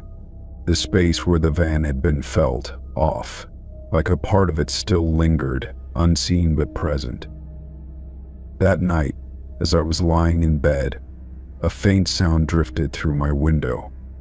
A low, steady hum, like an engine idling in the distance. But when I looked outside, the street was empty. Story 22. I was cleaning out my closet when I found the old notebook wedged between two boxes. The cover was worn, the edges frayed, but something about it felt familiar. I flipped through the pages, most of them blank, until I landed on a half-written letter. The handwriting was unmistakably mine, but I had no memory of writing it. My heart began to race as I read the words. It wasn't just the familiarity of my own script that unsettled me, it was the content. The letter was addressed to someone named Daniel, though I couldn't recall ever knowing anyone by that name. The sentences were shaky, as if I had been in a hurry, and they trailed off midway. Daniel, I don't have much time. I think I made a mistake. If you find this, please remember. That was where it ended. No date, no explanation, nothing to give me a clue about what I had meant. The ink had slightly bled into the page, as if written in distress. I turned the notebook over, searching for any other notes or messages, but there was nothing. I sat down on the floor, staring at the page. The name meant nothing to me. The warning, however, sent a chill down my spine. What mistake had I made? Why had I written this and forgotten about it? My own mind felt like a stranger's. I tried to think back to when I might have owned this notebook. It wasn't new, that was clear. The pages had yellowed slightly, and the texture suggested it had been handled often. But I couldn't remember ever keeping a journal or writing letters to anyone. The more I thought about it, the more unsettling it became. I spent the next hour digging through old belongings, searching for any clue. There were old birthday cards, childhood drawings, even high school notebooks, but nothing connected to the name Daniel. I checked my phone, scrolling through contacts, emails, and messages, but there was no one by that name anywhere. Frustration turned into unease. If this wasn't a prank or some strange mistake, then what was it? I traced my fingers over the ink, half expecting the memory to return, but my mind remained blank. That night I couldn't sleep. The letter lingered in my thoughts, each word pressing against my brain like an itch I couldn't scratch. Around midnight, I finally got up, retrieved the notebook, and stared at it under the glow of my bedside lamp. My handwriting was unmistakable, but something about it was different. The strokes were slightly uneven, as if I had been writing under duress. I closed my eyes, trying to picture myself writing those words. My fingers twitched involuntarily, and for a brief moment, I had the strange sensation that I was missing something important, a memory just out of reach. I decided to search my apartment more thoroughly the next day. If there was one letter, maybe there were more. I checked old boxes, drawers, even the back of my bookshelves. Nothing. No other notes, no clues, no trace of this mysterious Daniel. Then, a thought struck me. If I had written the letter in distress, maybe I had told someone about it. I called my best friend, Sarah, and asked her if I had ever mentioned a Daniel before. She hesitated, thinking. "Not that I remember," she said. "Why?" I told her about the letter, the notebook, and my missing memory. She didn't laugh or brush it off. Instead, she was quiet for a long moment before finally saying, "That's weird. Are you sure it's yours?" "I know my own handwriting," I said, but the words felt hollow. Did I? That night I had a dream. I was sitting at a wooden desk in a dimly lit room, writing frantically. The air felt heavy, thick with something unseen. My breath came in quick bursts, and my hand trembled as I wrote. I wasn't alone. A shadow loomed behind me, watching silent. I knew it was there, but I didn't turn around. My heart pounded as I finished the sentence, but before I could continue, something yanked the paper away. I woke up gasping, drenched in sweat. My hands shook as I reached for the notebook, flipping to the letter. The words looked different now, almost unfamiliar. Had I really written them, or had someone else? I needed answers. I spent the next morning calling old friends, checking records, anything that might jog my memory. Nothing. It was as if Daniel had never existed. Then, while sorting through an old box of yearbooks, I found something that made my blood run cold. A newspaper clipping, yellowed with age, tucked between the pages. The headline read, "Local man missing after bizarre incident." My eyes scanned the article, my breath catching as I read. The missing man's name was Daniel Carter. He had disappeared under mysterious circumstances 5 years ago. Witnesses claimed he had seemed paranoid before vanishing, speaking of someone following him. At the bottom of the article was a blurry surveillance photo taken days before he disappeared. My chest tightened as I took in the image. He was standing at a counter in a cafe, talking to someone. The other person's face was turned away, but I knew that posture, that jacket. It was me. My hands trembled as I clutched the paper. I didn't remember this. I didn't remember meeting him, talking to him, writing to him. But somehow I had been connected to his disappearance. The unfinished letter suddenly felt like a warning one I had left for myself. I read the final words again, my pulse thudding in my ears. If you find this, please remember. Remember what? What had I known that I had since forgotten? I grabbed my phone and searched for more information about Daniel Carter. His case remained unsolved. No leads, no evidence. It was as if he had vanished into thin air. Then, at the very bottom of the article, something made my stomach drop. A witness had reported seeing Daniel on the night he vanished. He had been pacing outside an apartment building, looking distressed. My apartment building. I dropped the newspaper and backed away. The walls felt too close, the air too thick. I wasn't just connected to Daniel. He had been here, looking for me. I turned to the notebook, my heart racing. I traced the last words of the letter, feeling something stir in the back of my mind. A whisper of a memory, a fragment of something long buried. Then, somewhere in the apartment, a floorboard creaked. I wasn't alone. Story 23. I was browsing the canned goods aisle when I heard a voice behind me. It was warm, familiar in a way that made my stomach twist. I turned, expecting to see a coworker or an old friend, but instead, a man I had never seen before smiled at me. His eyes were soft, almost relieved, as he said, "Where have you been?" "I've been looking for you." I blinked, my mind scrambling to place him, but nothing about his face triggered recognition. He was tall, maybe in his late 30s, with dark hair neatly combed back. He wore a simple button-down and jeans, casual but well-kept, like someone who blended easily into a crowd. I forced a polite smile, shifting my weight as an uneasy feeling curled in my chest. "Sorry, I think you have the wrong person," I said, taking a step back. His expression faltered, but only for a second. He let out a small chuckle, shaking his head as if I were joking. "Come on, don't do this." "Not here," he said, lowering his voice. Panic flickered in my chest. The way he spoke wasn't just confident, it was certain. I glanced around, searching for anyone who might be paying attention, but the store was mostly empty. A woman a few aisles down was too focused on her shopping to notice anything. My grip on my basket tightened. "I don't know you," I said, firmer this time. His smile barely wavered. "It's me, Ryan," he said.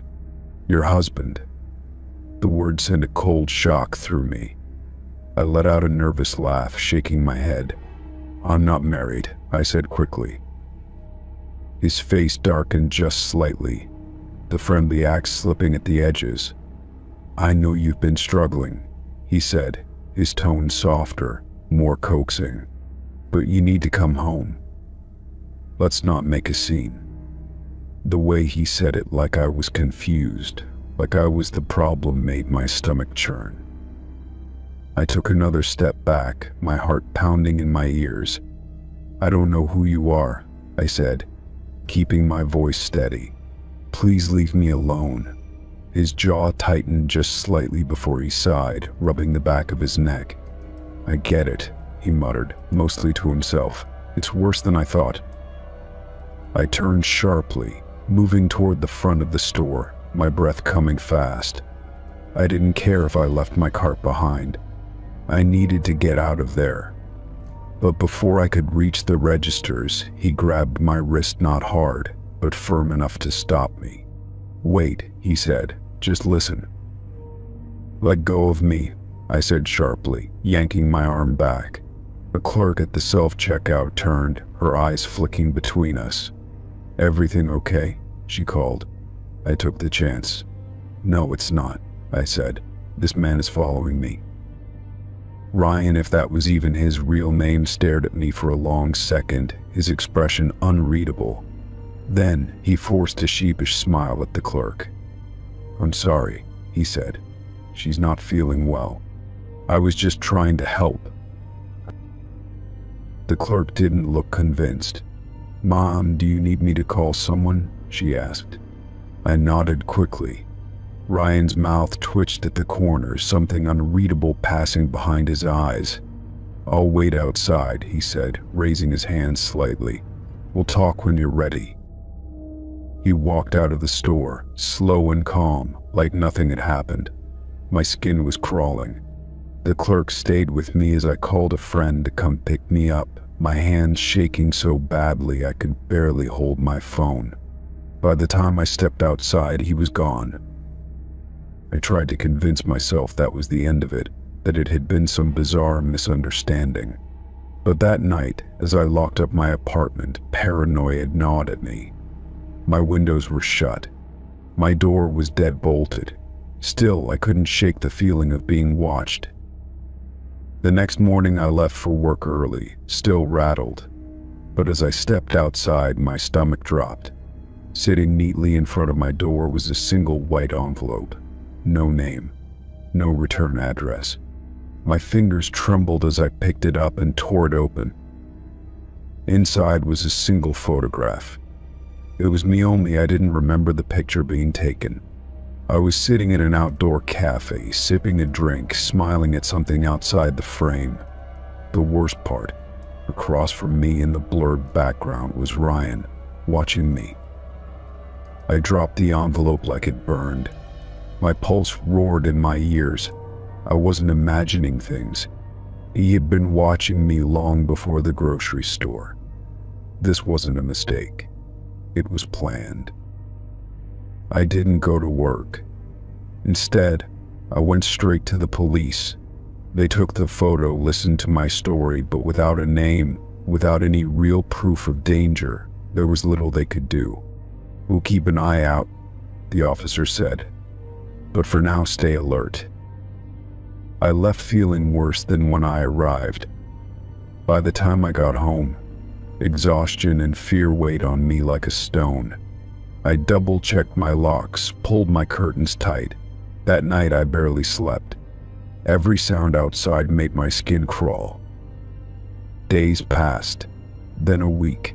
No sign of him, no more photos. I started to let my guard down, convincing myself he had given up. Maybe the police presence had scared him off. Maybe it had been enough. Then one evening my phone buzzed. A text from an unknown number. "You should really come home. I miss you." I felt sick. I blocked the number, but dread gnawed at my stomach. A few nights later I came home late.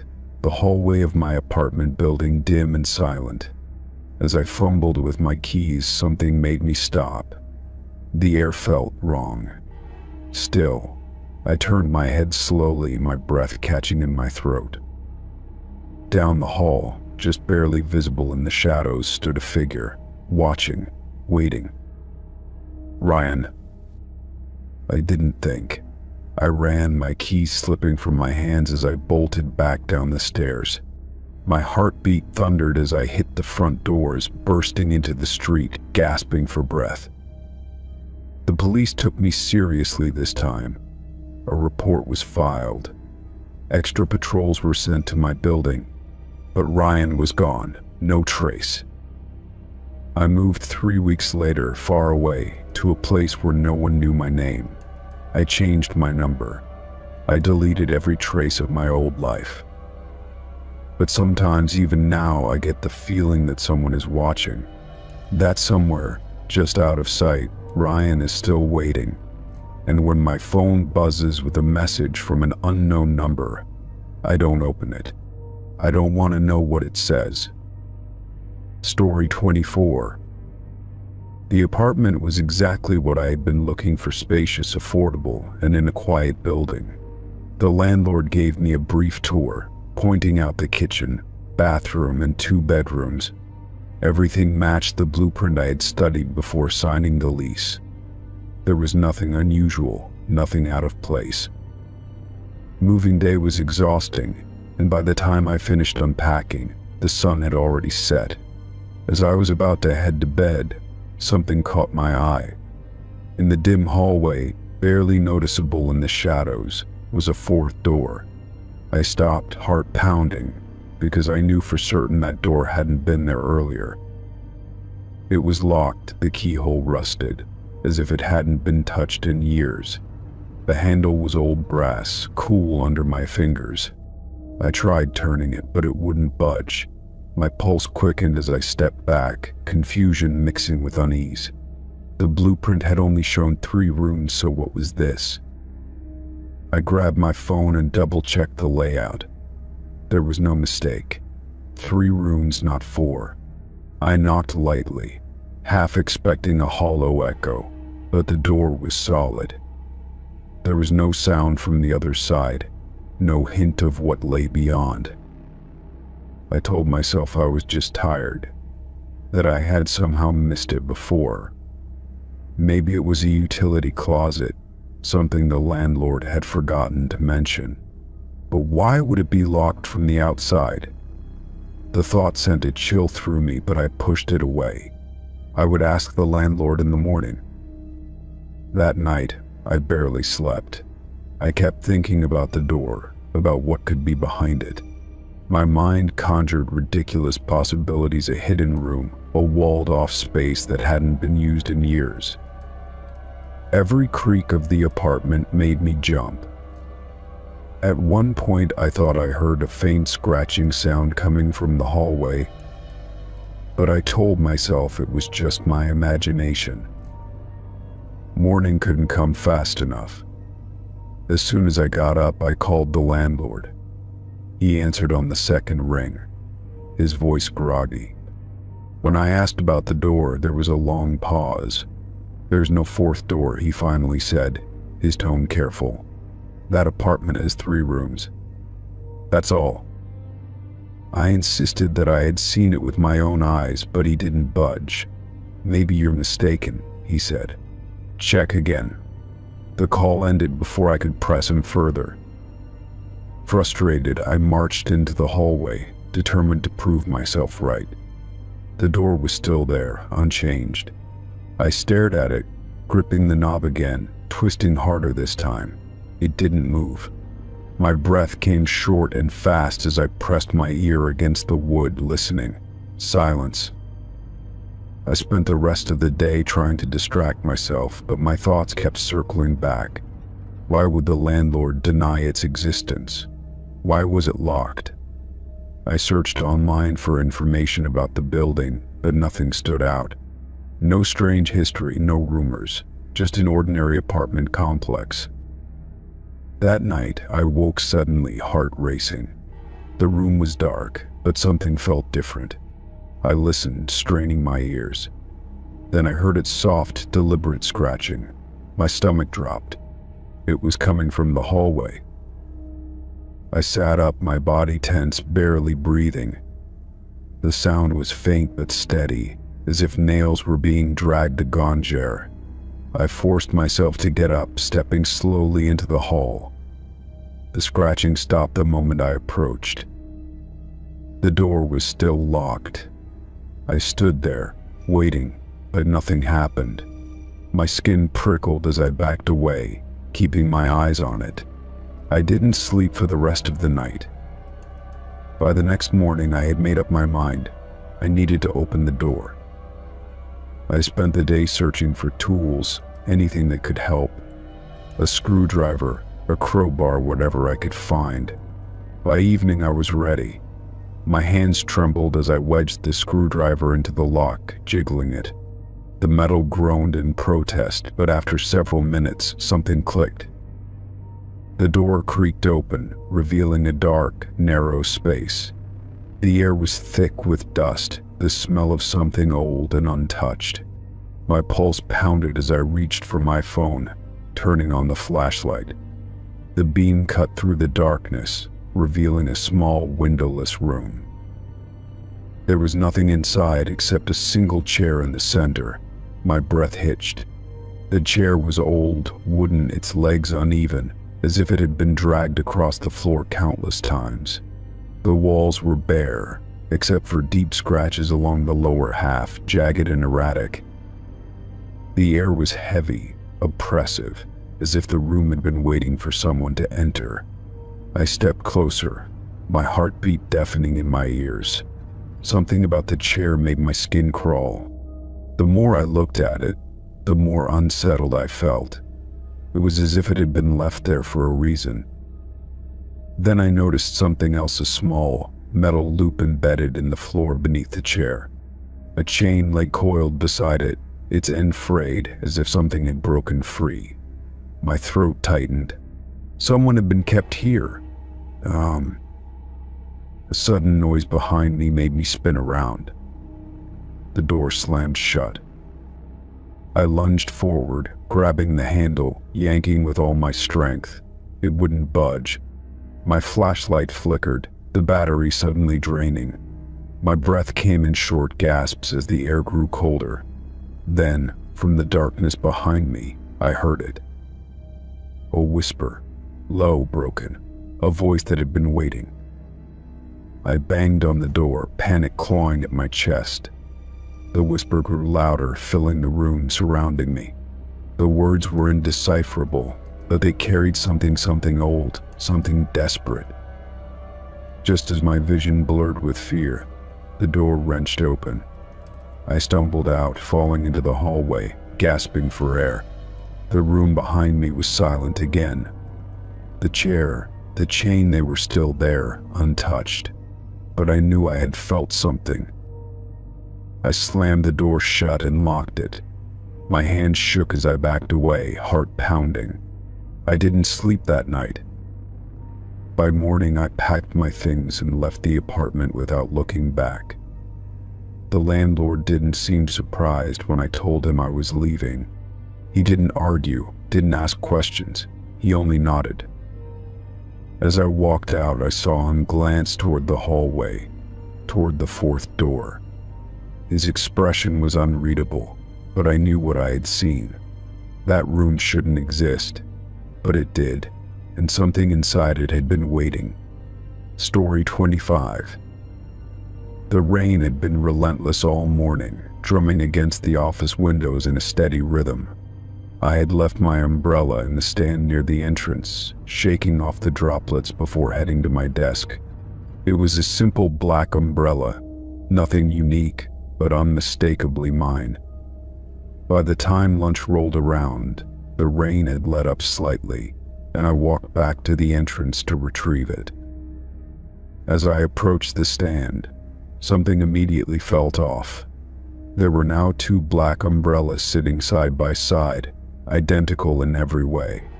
Same curved handle, same fabric, even the same faint scratch along the metal tip that I had noticed weeks ago on mine. I stared at them, my mind trying to make sense of it. I picked one up, turning it over in my hands, feeling the weight of it. It looked and felt exactly like mine, but then again, so did the other one. My fingers traced the faint scratch again, and a strange unease settled in my chest. I knew my umbrella, but now I wasn't sure if I was holding the right one. A few of my coworkers passed by, chatting casually, oblivious to the small oddity in front of me. I hesitated before reaching for the other umbrella, opening it slightly to check for any markings. But it was identical down to the last stitch, as if it had been copied perfectly. Shrugging off the unease, I picked one at random and took it with me to lunch. The rain had picked up again, and as I walked outside, I could feel the weight of the umbrella in my hand, familiar yet unsettling. I tried to shake the feeling, convincing myself it was just a coincidence. By the time I returned to the office, I decided to check the stand again. Maybe someone had simply mistaken my umbrella for their own and left theirs behind. But when I looked, the other umbrella was gone. I frowned, glancing around, but no one seemed to be paying attention to the stand. The rest of the day passed uneventfully, though the thought of the duplicate umbrella lingered in the back of my mind. It was such a small thing, but something about it unsettled me. When I left for the day, I took one last look at the stand. Empty. That night, as I set the umbrella by my door at home, I felt another wave of uncertainty. Was this really mine? It had to be. There was no way someone could have replaced it with an exact replica. I convinced myself it didn't matter and went to bed, trying to push the strangeness from my mind. The next morning, the sky was clear, and I left the umbrella at home. The office was quiet when I arrived, and as I passed by the entrance, my heart stopped. The umbrella stand wasn't empty. Sitting there in the exact same spot was another identical black umbrella. I stood frozen, my breath catching in my throat. I hadn't brought mine in today. There was no reason for another identical one to be here. My skin prickled as I slowly approached, staring down at the umbrella as if it might move. I reached out and picked it up, turning it over just as I had before. My fingers found the same scratch, the same worn grip. It was my umbrella, but I had left mine at home. A chill crept up my spine as I turned, scanning the office. No one was watching, no one was near the stand. I placed it back down, my mind racing with possibilities. Had someone been in my home? Had they taken my umbrella and placed it here? The thought sent a cold shiver through me. Determined to get answers, I decided to leave it there and see what happened. If someone had placed it there, they might come back for it. The day dragged on, every sound in the office seeming sharper, every passing coworker a potential answer to the mystery. When the workday ended, I hurried to the entrance, my heart hammering. The umbrella was gone.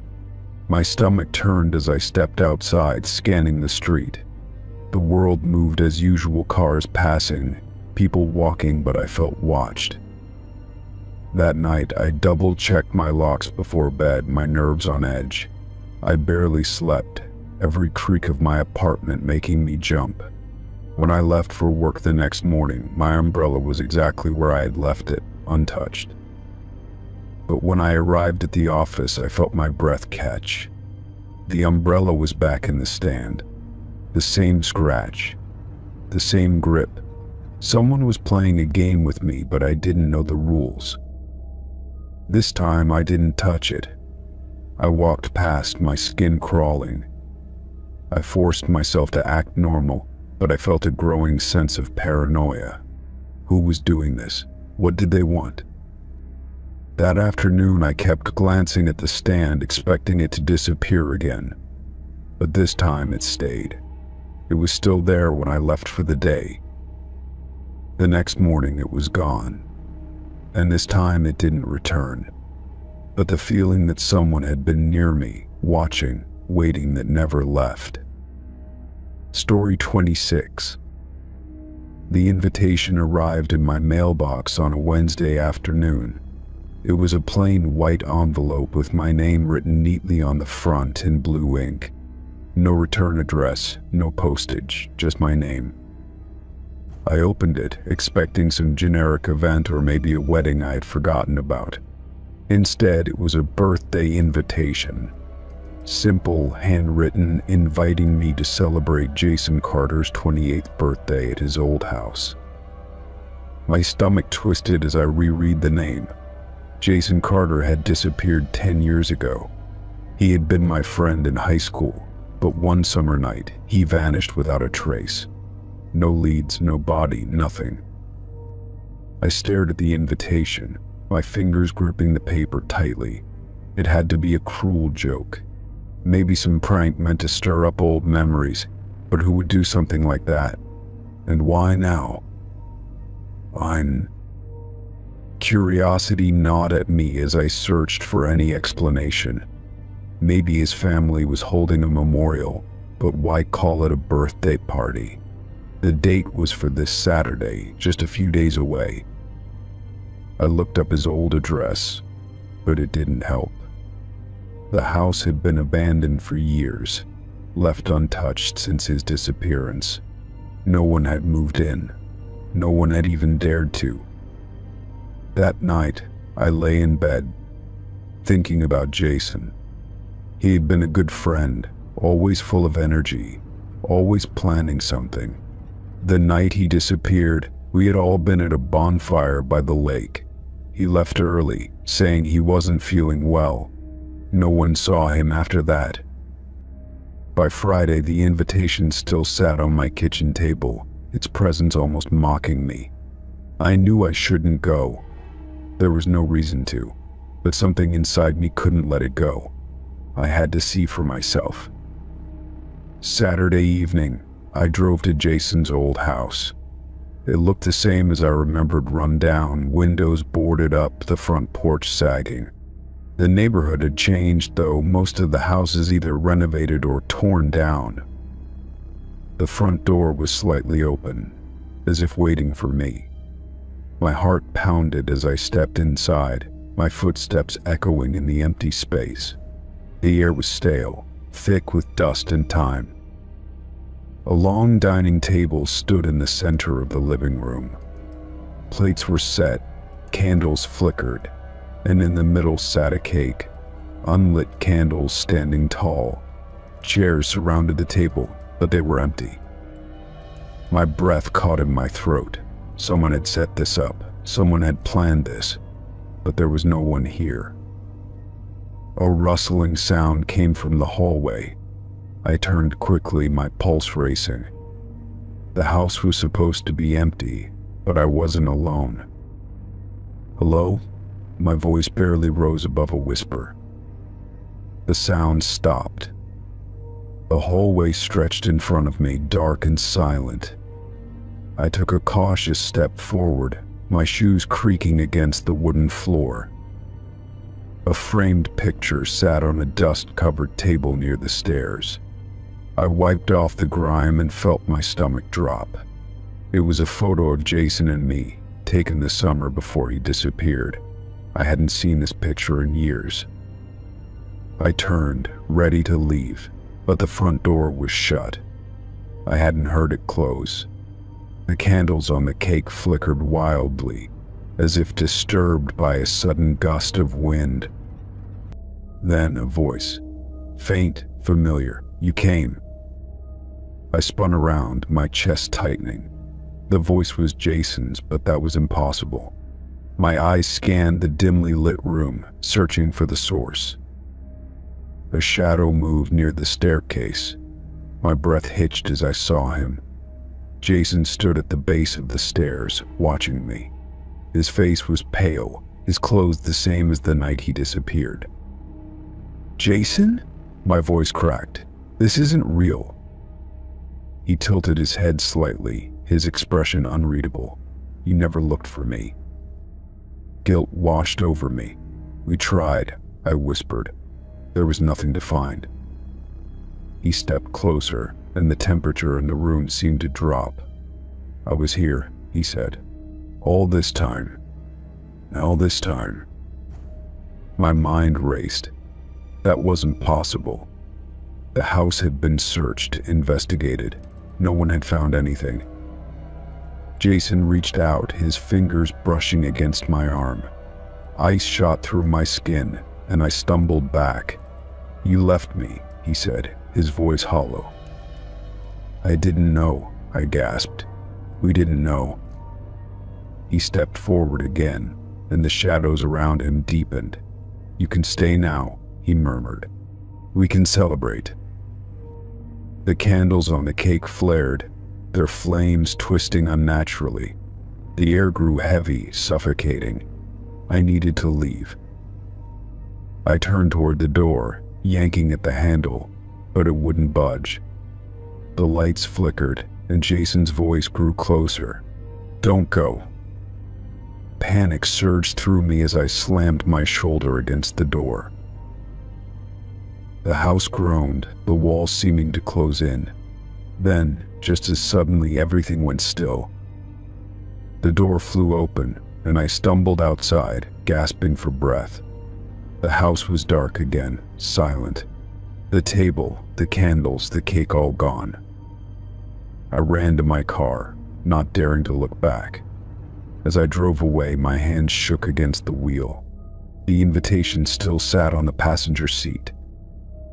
When I got home, I tossed it in the trash, but the feeling of Jason's voice lingered. He had been there. He had been waiting.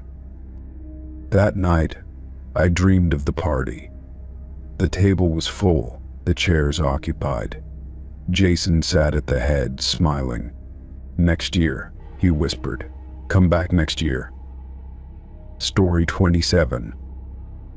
The first thing I noticed when I woke up was the stiffness in my neck. The couch cushions pressed uncomfortably against my back, and for a moment, I couldn't remember why I wasn't in my bed. I rubbed my eyes, still groggy, and sat up. The apartment was silent except for the faint hum of the refrigerator. Something felt wrong. My apartment wasn't big, but the stillness carried a weight that made my skin prickle. I glanced toward my bedroom, the door slightly ajar. My stomach tightened as I stood, my bare feet sinking into the carpet.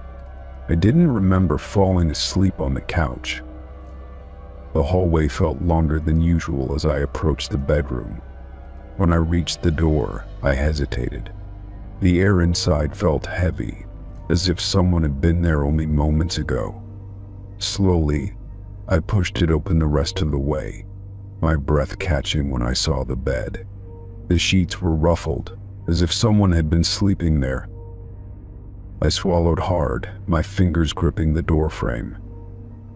The blankets were pushed aside in a way that didn't match how I had left them. I always tucked them in before leaving for work, a habit ingrained from years of living alone. I stepped closer, running my hand over the fabric. It was still warm. A chill ran down my spine. My eyes darted around the room, searching for anything else out of place. My closet door was shut, just as I had left it.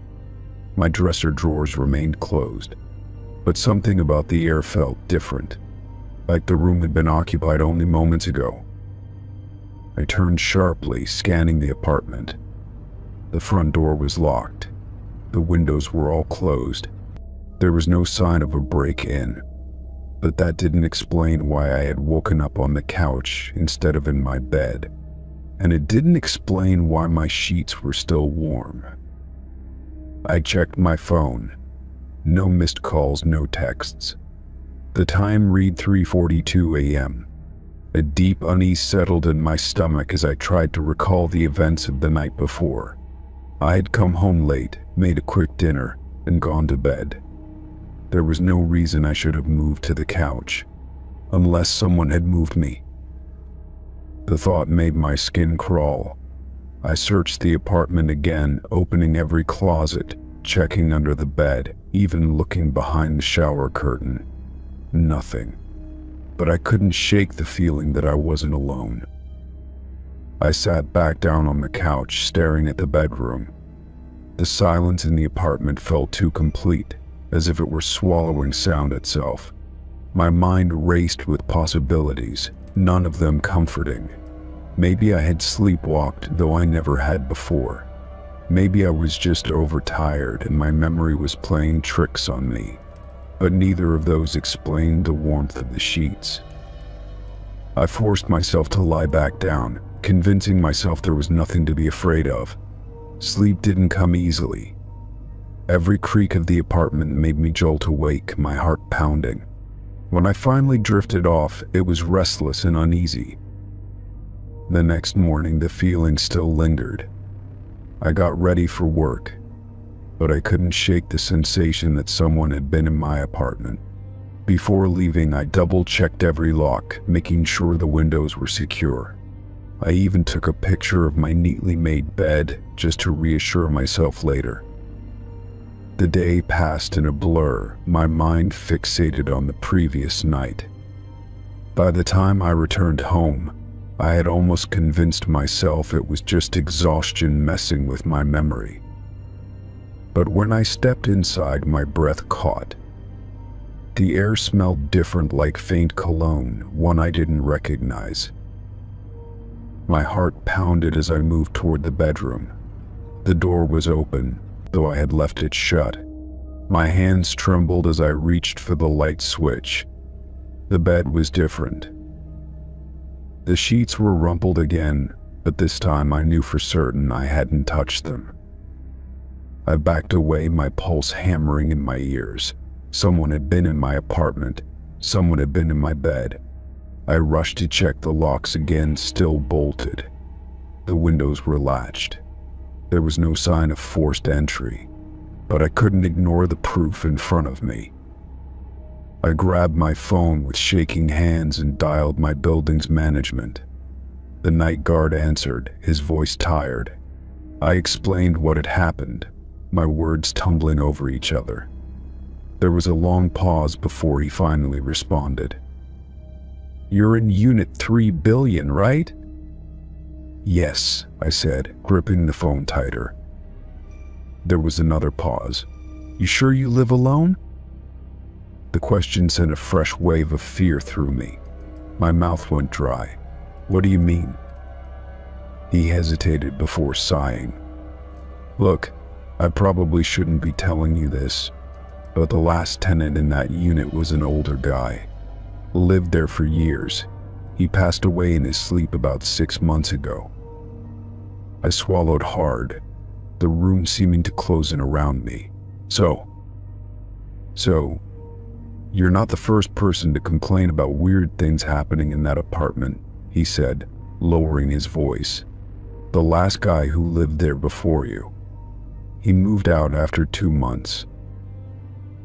Kept saying he'd wake up on the couch when he swore he went to bed. I thought someone was in the apartment with him, but the doors were always locked, just like you said." I felt cold all over. I turned slowly, staring at my bedroom door. The air felt heavy again, pressing down on me. The guard sighed. "If you want, I can send someone to check the place, but if I'm being honest, you might want to start looking for a new apartment." I didn't sleep in my bedroom that night. I didn't sleep much at all. Every time I closed my eyes, I imagined someone standing over my bed, watching me. The next morning, I packed a bag and stayed at a hotel. 2 weeks later, I ended my lease. I never went back. I didn't even bother collecting the rest of my things. I didn't need to. Something or someone had already made themselves at home. Story 28. The package was waiting for me on my doorstep when I got home. It was a plain cardboard box, unmarked, except for my name and address printed neatly on the front. There was no return address, no indication of where it had come from. I hesitated before picking it up, a strange sense of unease creeping over me. I carried it inside, setting it on the kitchen table. My hands hovered over the edges, debating whether to open it. There was no reason to be afraid people got unexpected packages all the time. Maybe it was a mistake, or maybe someone had sent me a surprise, but something about it felt wrong. Peeling back the tape, I pulled apart the flaps. Inside, wrapped in crumpled newspaper, was a picture frame. I lifted it carefully, turning it over. My breath caught in my throat. It was a photo of me, taken from outside my bedroom window. The image was sharp, captured through the glass. I was sitting on my bed, scrolling through my phone, completely unaware.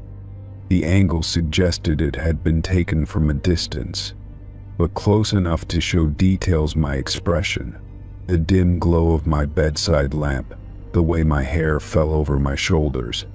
Someone had been watching. I dropped the frame onto the table, my pulse hammering in my ears. My apartment was on the 2nd floor. There was no balcony, no fire escape. The only way to take this picture was from outside, in the dark, while I was alone. I tried to steady my breathing, forcing myself to think rationally. Maybe it was a prank, a cruel joke from someone who knew me, but no one had ever mentioned anything like this before, and I couldn't imagine who would go to such lengths. I checked the packaging again, hoping for a note, a clue, something. There was nothing. I closed all the blinds, suddenly hyper-aware of every window in my apartment. I checked the locks twice, my fingers trembling as I slid the deadbolt into place. My phone sat on the table beside the frame, but I couldn't bring myself to call anyone.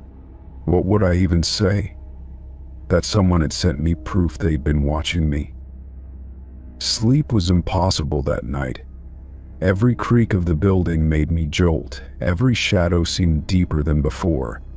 My bedroom felt exposed, the curtains too thin, too fragile. I ended up sleeping on the couch, facing the door, my body tensed with every sound outside. Morning brought no relief. The picture sat where I had left it, an object I didn't know what to do with. I considered throwing it away, smashing the glass and pretending it had never arrived. But that wouldn't change the fact that someone had been outside my window, looking in. I took the package to the police later that day. The officer at the front desk listened as I explained, his brow furrowing as he examined the photo. "There's no note, no threats?" he asked, flipping the frame over. I shook my head, arms crossed tightly over my chest. "We'll file a report, but without a direct threat or a suspect, there's not much we can do," he said. "If anything else happens, call us immediately." His words didn't reassure me. The picture was already enough. That night, I couldn't bring myself to sleep in my bedroom. I stayed in the living room, wrapped in a blanket, the TV on low for background noise. I told myself I was being paranoid, that this was a one-time thing, but deep down I knew better. 2 days later, another package arrived. The same plain box, no return address. My stomach twisted as I picked it up, my hands clammy against the cardboard. I didn't want to open it, but I had to know. Inside was another framed photo. This one was taken from a different angle closer. I was standing in my kitchen, pouring a glass of water. My expression was neutral, unaware. The timestamp in the corner showed it was from last night. My vision blurred for a moment, my hands gripping the edge of the table to steady myself. Whoever this was, they weren't done. They had been here again, watching. My apartment suddenly felt smaller, the walls pressing in. I grabbed my phone with shaking hands and dialed the police. The officer I spoke to took me more seriously this time. A patrol car came by, and 2 officers searched the area around my building. They found nothing, no footprints, no signs of forced entry, no cameras or devices left behind. "Keep your doors locked," they told me. "If you notice anything unusual, call immediately." That night, I barely moved from the couch, my phone clutched in my hand. Every time I closed my eyes, I saw the images the way they captured me so perfectly, the way I had no idea I was being watched. By the next morning, I had made up my mind. I couldn't stay here. I called my landlord, breaking my lease. It didn't matter if it cost me money, if I had to leave everything behind. I just needed to be somewhere else, somewhere safe. As I packed, I kept checking the windows, afraid I'd see someone standing there. The fear sat heavy in my chest, a constant weight. I didn't know who was doing this, or why, but I wasn't going to give them the chance to do it again. That evening, before I left, I stood by the window one last time, looking out at the quiet street below. It seemed so normal, so deceptively calm, but somewhere out there someone was watching, and they would have to find a new window. Story 29. The bus ride home was supposed to be uneventful. I had taken this route countless times before, and I knew every turn, every stop, every flicker of the dim overhead lights. Tonight, the bus was emptier than usual, the seats worn and faded, the air thick with the scent of rain-soaked pavement. I sat near the middle, staring out the window as the city lights blurred past, lost in thought. One by one, the passengers got off at their stops, leaving only me and the driver. I didn't think much of it at first. It wasn't uncommon for me to be the last one on board, especially this late at night. I leaned my head against the window, my eyelids growing heavy, lulled by the steady hum of the engine. The bus rumbled along, passing familiar streets, but something felt off. I glanced at my phone. No service. That was odd. The signal always dipped in certain areas, but I had never lost it completely before. I shifted in my seat, suddenly aware of how quiet it was. The usual hum of the city outside was gone, replaced by an eerie stillness. I sat up straighter, watching the driver in the large rearview mirror. He hadn't spoken once since the last passenger got off. Then, without warning, he pulled the bus over. The brakes let out a slow, wheezing hiss, and the vehicle shuddered to a stop. The street outside was unfamiliar dark, lined with trees that swayed in the wind. No houses, no streetlights, just empty roads stretching into the distance. My stomach tightened. The driver turned in his seat, his face partially obscured by shadow. His expression was unreadable, but his voice was low and firm. "You shouldn't be here." The words sent a shiver through me. I let out a nervous laugh, shifting in my seat. "What do you mean?" My voice sounded small in the vast emptiness of the bus. He didn't answer right away. Instead, he reached for something near his seat, a switch, maybe. I couldn't see. The interior lights flickered, casting long, distorted shadows against the windows. His grip tightened on the wheel before he turned back to me. "You were supposed to get off already." A chill ran down my spine. "My stop hasn't come up yet." He shook his head slowly, his eyes dark and unreadable. "Yes, it has." His words sent a jolt of panic through me. I knew my route. I had memorized every turn. We hadn't passed my stop yet. I swallowed hard. "Look, I think there's been a mistake. Just drop me off at the next stop." The driver didn't move. He just stared at me, his fingers drumming against the wheel. Then, without another word, he reached for the lever and pulled the doors open. Cold air rushed in, carrying the scent of damp earth. I hesitated. Stepping off into the darkness felt wrong. Like I was walking straight into something I wouldn't come back from. "Where are we?" I asked, trying to keep my voice steady. He didn't answer. He just nodded toward the open doors. My heart pounded. "I'm not getting off here." I pulled out my phone again, hoping the signal had returned. Nothing. The screen was dark, no bars, no Wi-Fi. I tried calling anyway, but the call failed before it could even ring. The driver let out a slow breath, his fingers tightening around the wheel. "You have to get off." I shook my head, gripping my bag tighter. "I'm staying on." His jaw clenched. For a long moment, he didn't move. Then, slowly, he reached up and closed the doors. The bus lurched forward again, back onto the road. But something was different. The city was gone. The roads were unfamiliar, twisting in ways that didn't make sense. The buildings had disappeared, replaced by endless stretches of trees, their branches reaching out like skeletal hands. My chest tightened. "Where are we going?" The driver didn't answer. He just kept his eyes on the road, his face unreadable. I stood up, gripping the seat in front of me. "Turn around," I demanded. "This isn't the route." My voice trembled despite my best efforts to stay calm. The driver finally spoke, his voice low. "You shouldn't be here."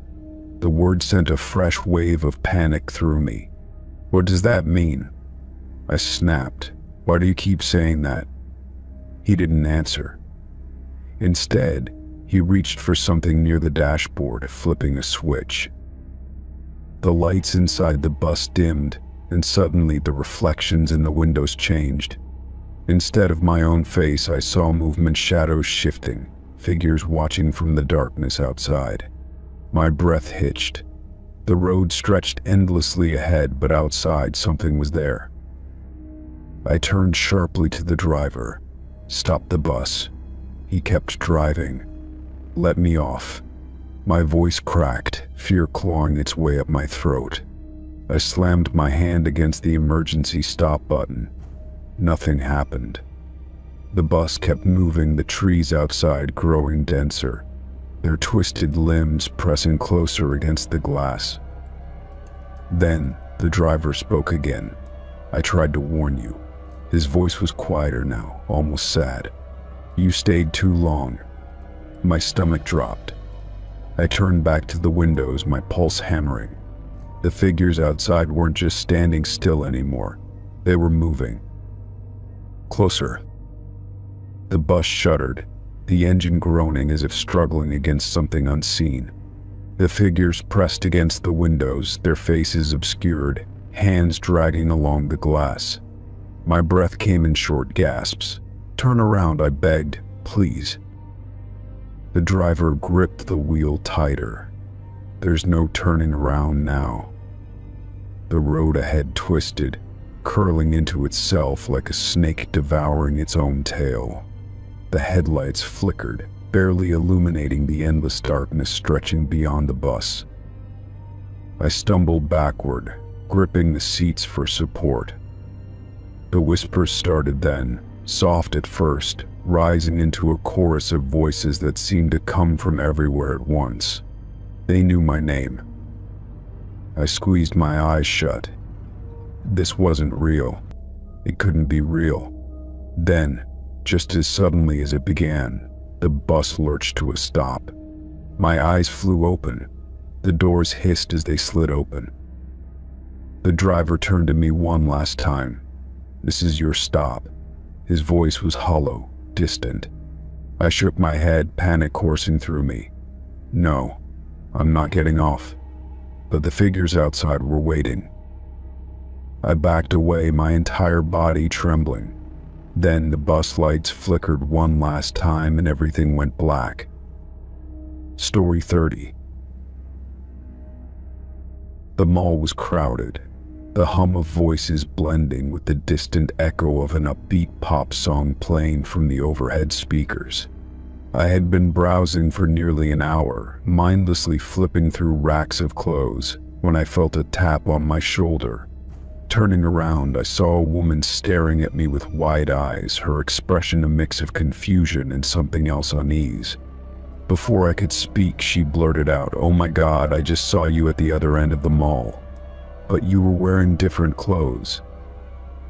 I frowned, letting out a small laugh, assuming she had mistaken me for someone else. "That must have been someone who looks like me," I said, shaking my head. "I've been here the whole time." The woman didn't look convinced, her brow furrowing as she studied me. "No," she insisted, her voice dropping lower. "It was you. Same face, same hair, but you were in a black hoodie and jeans, and you walked right past me near the food court not even 5 minutes ago." A chill crept up my spine. I was wearing a light blue sweater and leggings, nothing remotely close to what she described. I forced a smile, trying to brush it off. Weird coincidence, I guess. But something about the way she kept staring made me uneasy. It was as if she was waiting for me to admit something, like she knew more than she was saying. As she walked away, I couldn't shake the feeling that something was off. My heartbeat quickened as I scanned the sea of shoppers, suddenly feeling watched. I took my phone out and checked the time. If she had seen my supposed double 5 minutes ago, they couldn't have gone far.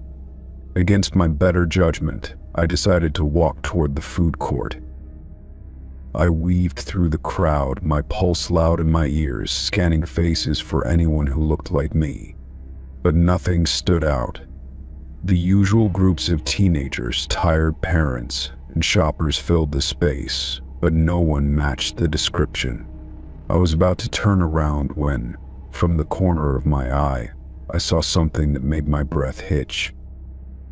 A woman standing near the escalator was staring directly at me, and she was wearing a black hoodie and jeans. My stomach dropped. She was too far away for me to see her face clearly, but something in my gut told me I knew exactly what I would see if I got closer. My feet felt like lead, but I forced myself to take a step forward. The woman didn't move. She remained perfectly still, as if she had been waiting for me. Every instinct screamed at me to turn and walk the other way, but I couldn't. I needed to know. Oh. Just as I took another step, a group of people passed in front of me, blocking my view for a split second. When they moved, the woman was gone. My chest tightened, my hands clammy as I frantically scanned the area. But she had vanished. I stood there frozen, my mind racing. Had I imagined it? No, she had been there. Someone who looked exactly like me, wearing the outfit the woman had described. The air around me suddenly felt too thick, my own reflection in the glass storefronts making me feel nauseous. I turned on my heel and headed straight for the exit, the need to get out of the mall overwhelming. As I walked, I kept checking over my shoulder, but there was no sign of the woman in the black hoodie. By the time I reached my car, my hands were shaking. I sat in the driver's seat, gripping the wheel, my breath coming in shallow bursts. My mind tried to rationalize it. Maybe the woman had been mistaken. Maybe I had just imagined seeing someone who looked like me. But I knew better. The way she had been staring, it wasn't normal. It was as if she had been waiting for me to see her. That night, I couldn't sleep. Every time I closed my eyes, I saw her standing by the escalator, unmoving, watching. I kept my bedroom door locked, my phone within reach, though I wasn't even sure what I was afraid of. It wasn't like she had followed me home. The next day, I told myself I was overreacting. People saw doppelgangers all the time. It was probably just some random girl who happened to resemble me. Still, I avoided them all. I avoided looking at my reflection too long, and for a while, things felt normal again. Until a week later. I was walking to my car after work, the parking lot nearly empty, the sun just beginning to set. As I approached my car, I felt it again, that eerie sensation of being watched. I glanced around, my breath catching in my throat when I saw her. Across the lot, standing perfectly still between two cars, was the woman in the black hoodie. But this time, there was no distance between us. This time, I could see her face. My own face stared back at me. My vision blurred, my legs threatening to give out. My mind screamed at me to move, to run, but I couldn't. She didn't move either, didn't blink, didn't even breathe. It was like looking into a mirror, but wrong. Then she smiled. It was the most chilling thing I had ever seen. The kind of smile that didn't belong on my face. Slow, deliberate, like she was savoring something. My entire body was ice. Finally, my instincts kicked in, and I fumbled for my keys, yanking the car door open. As soon as I slammed it shut and locked it, I looked up again. She was gone. I sat there, shaking, my breath ragged. My reflection in the rearview mirror looked normal, but I didn't trust it. I never went back to that mall. I never walked to my car alone again. And I never told anyone the full truth of what happened. Because deep down, I knew that wasn't just someone who looked like me. She was something else, and she was still out there,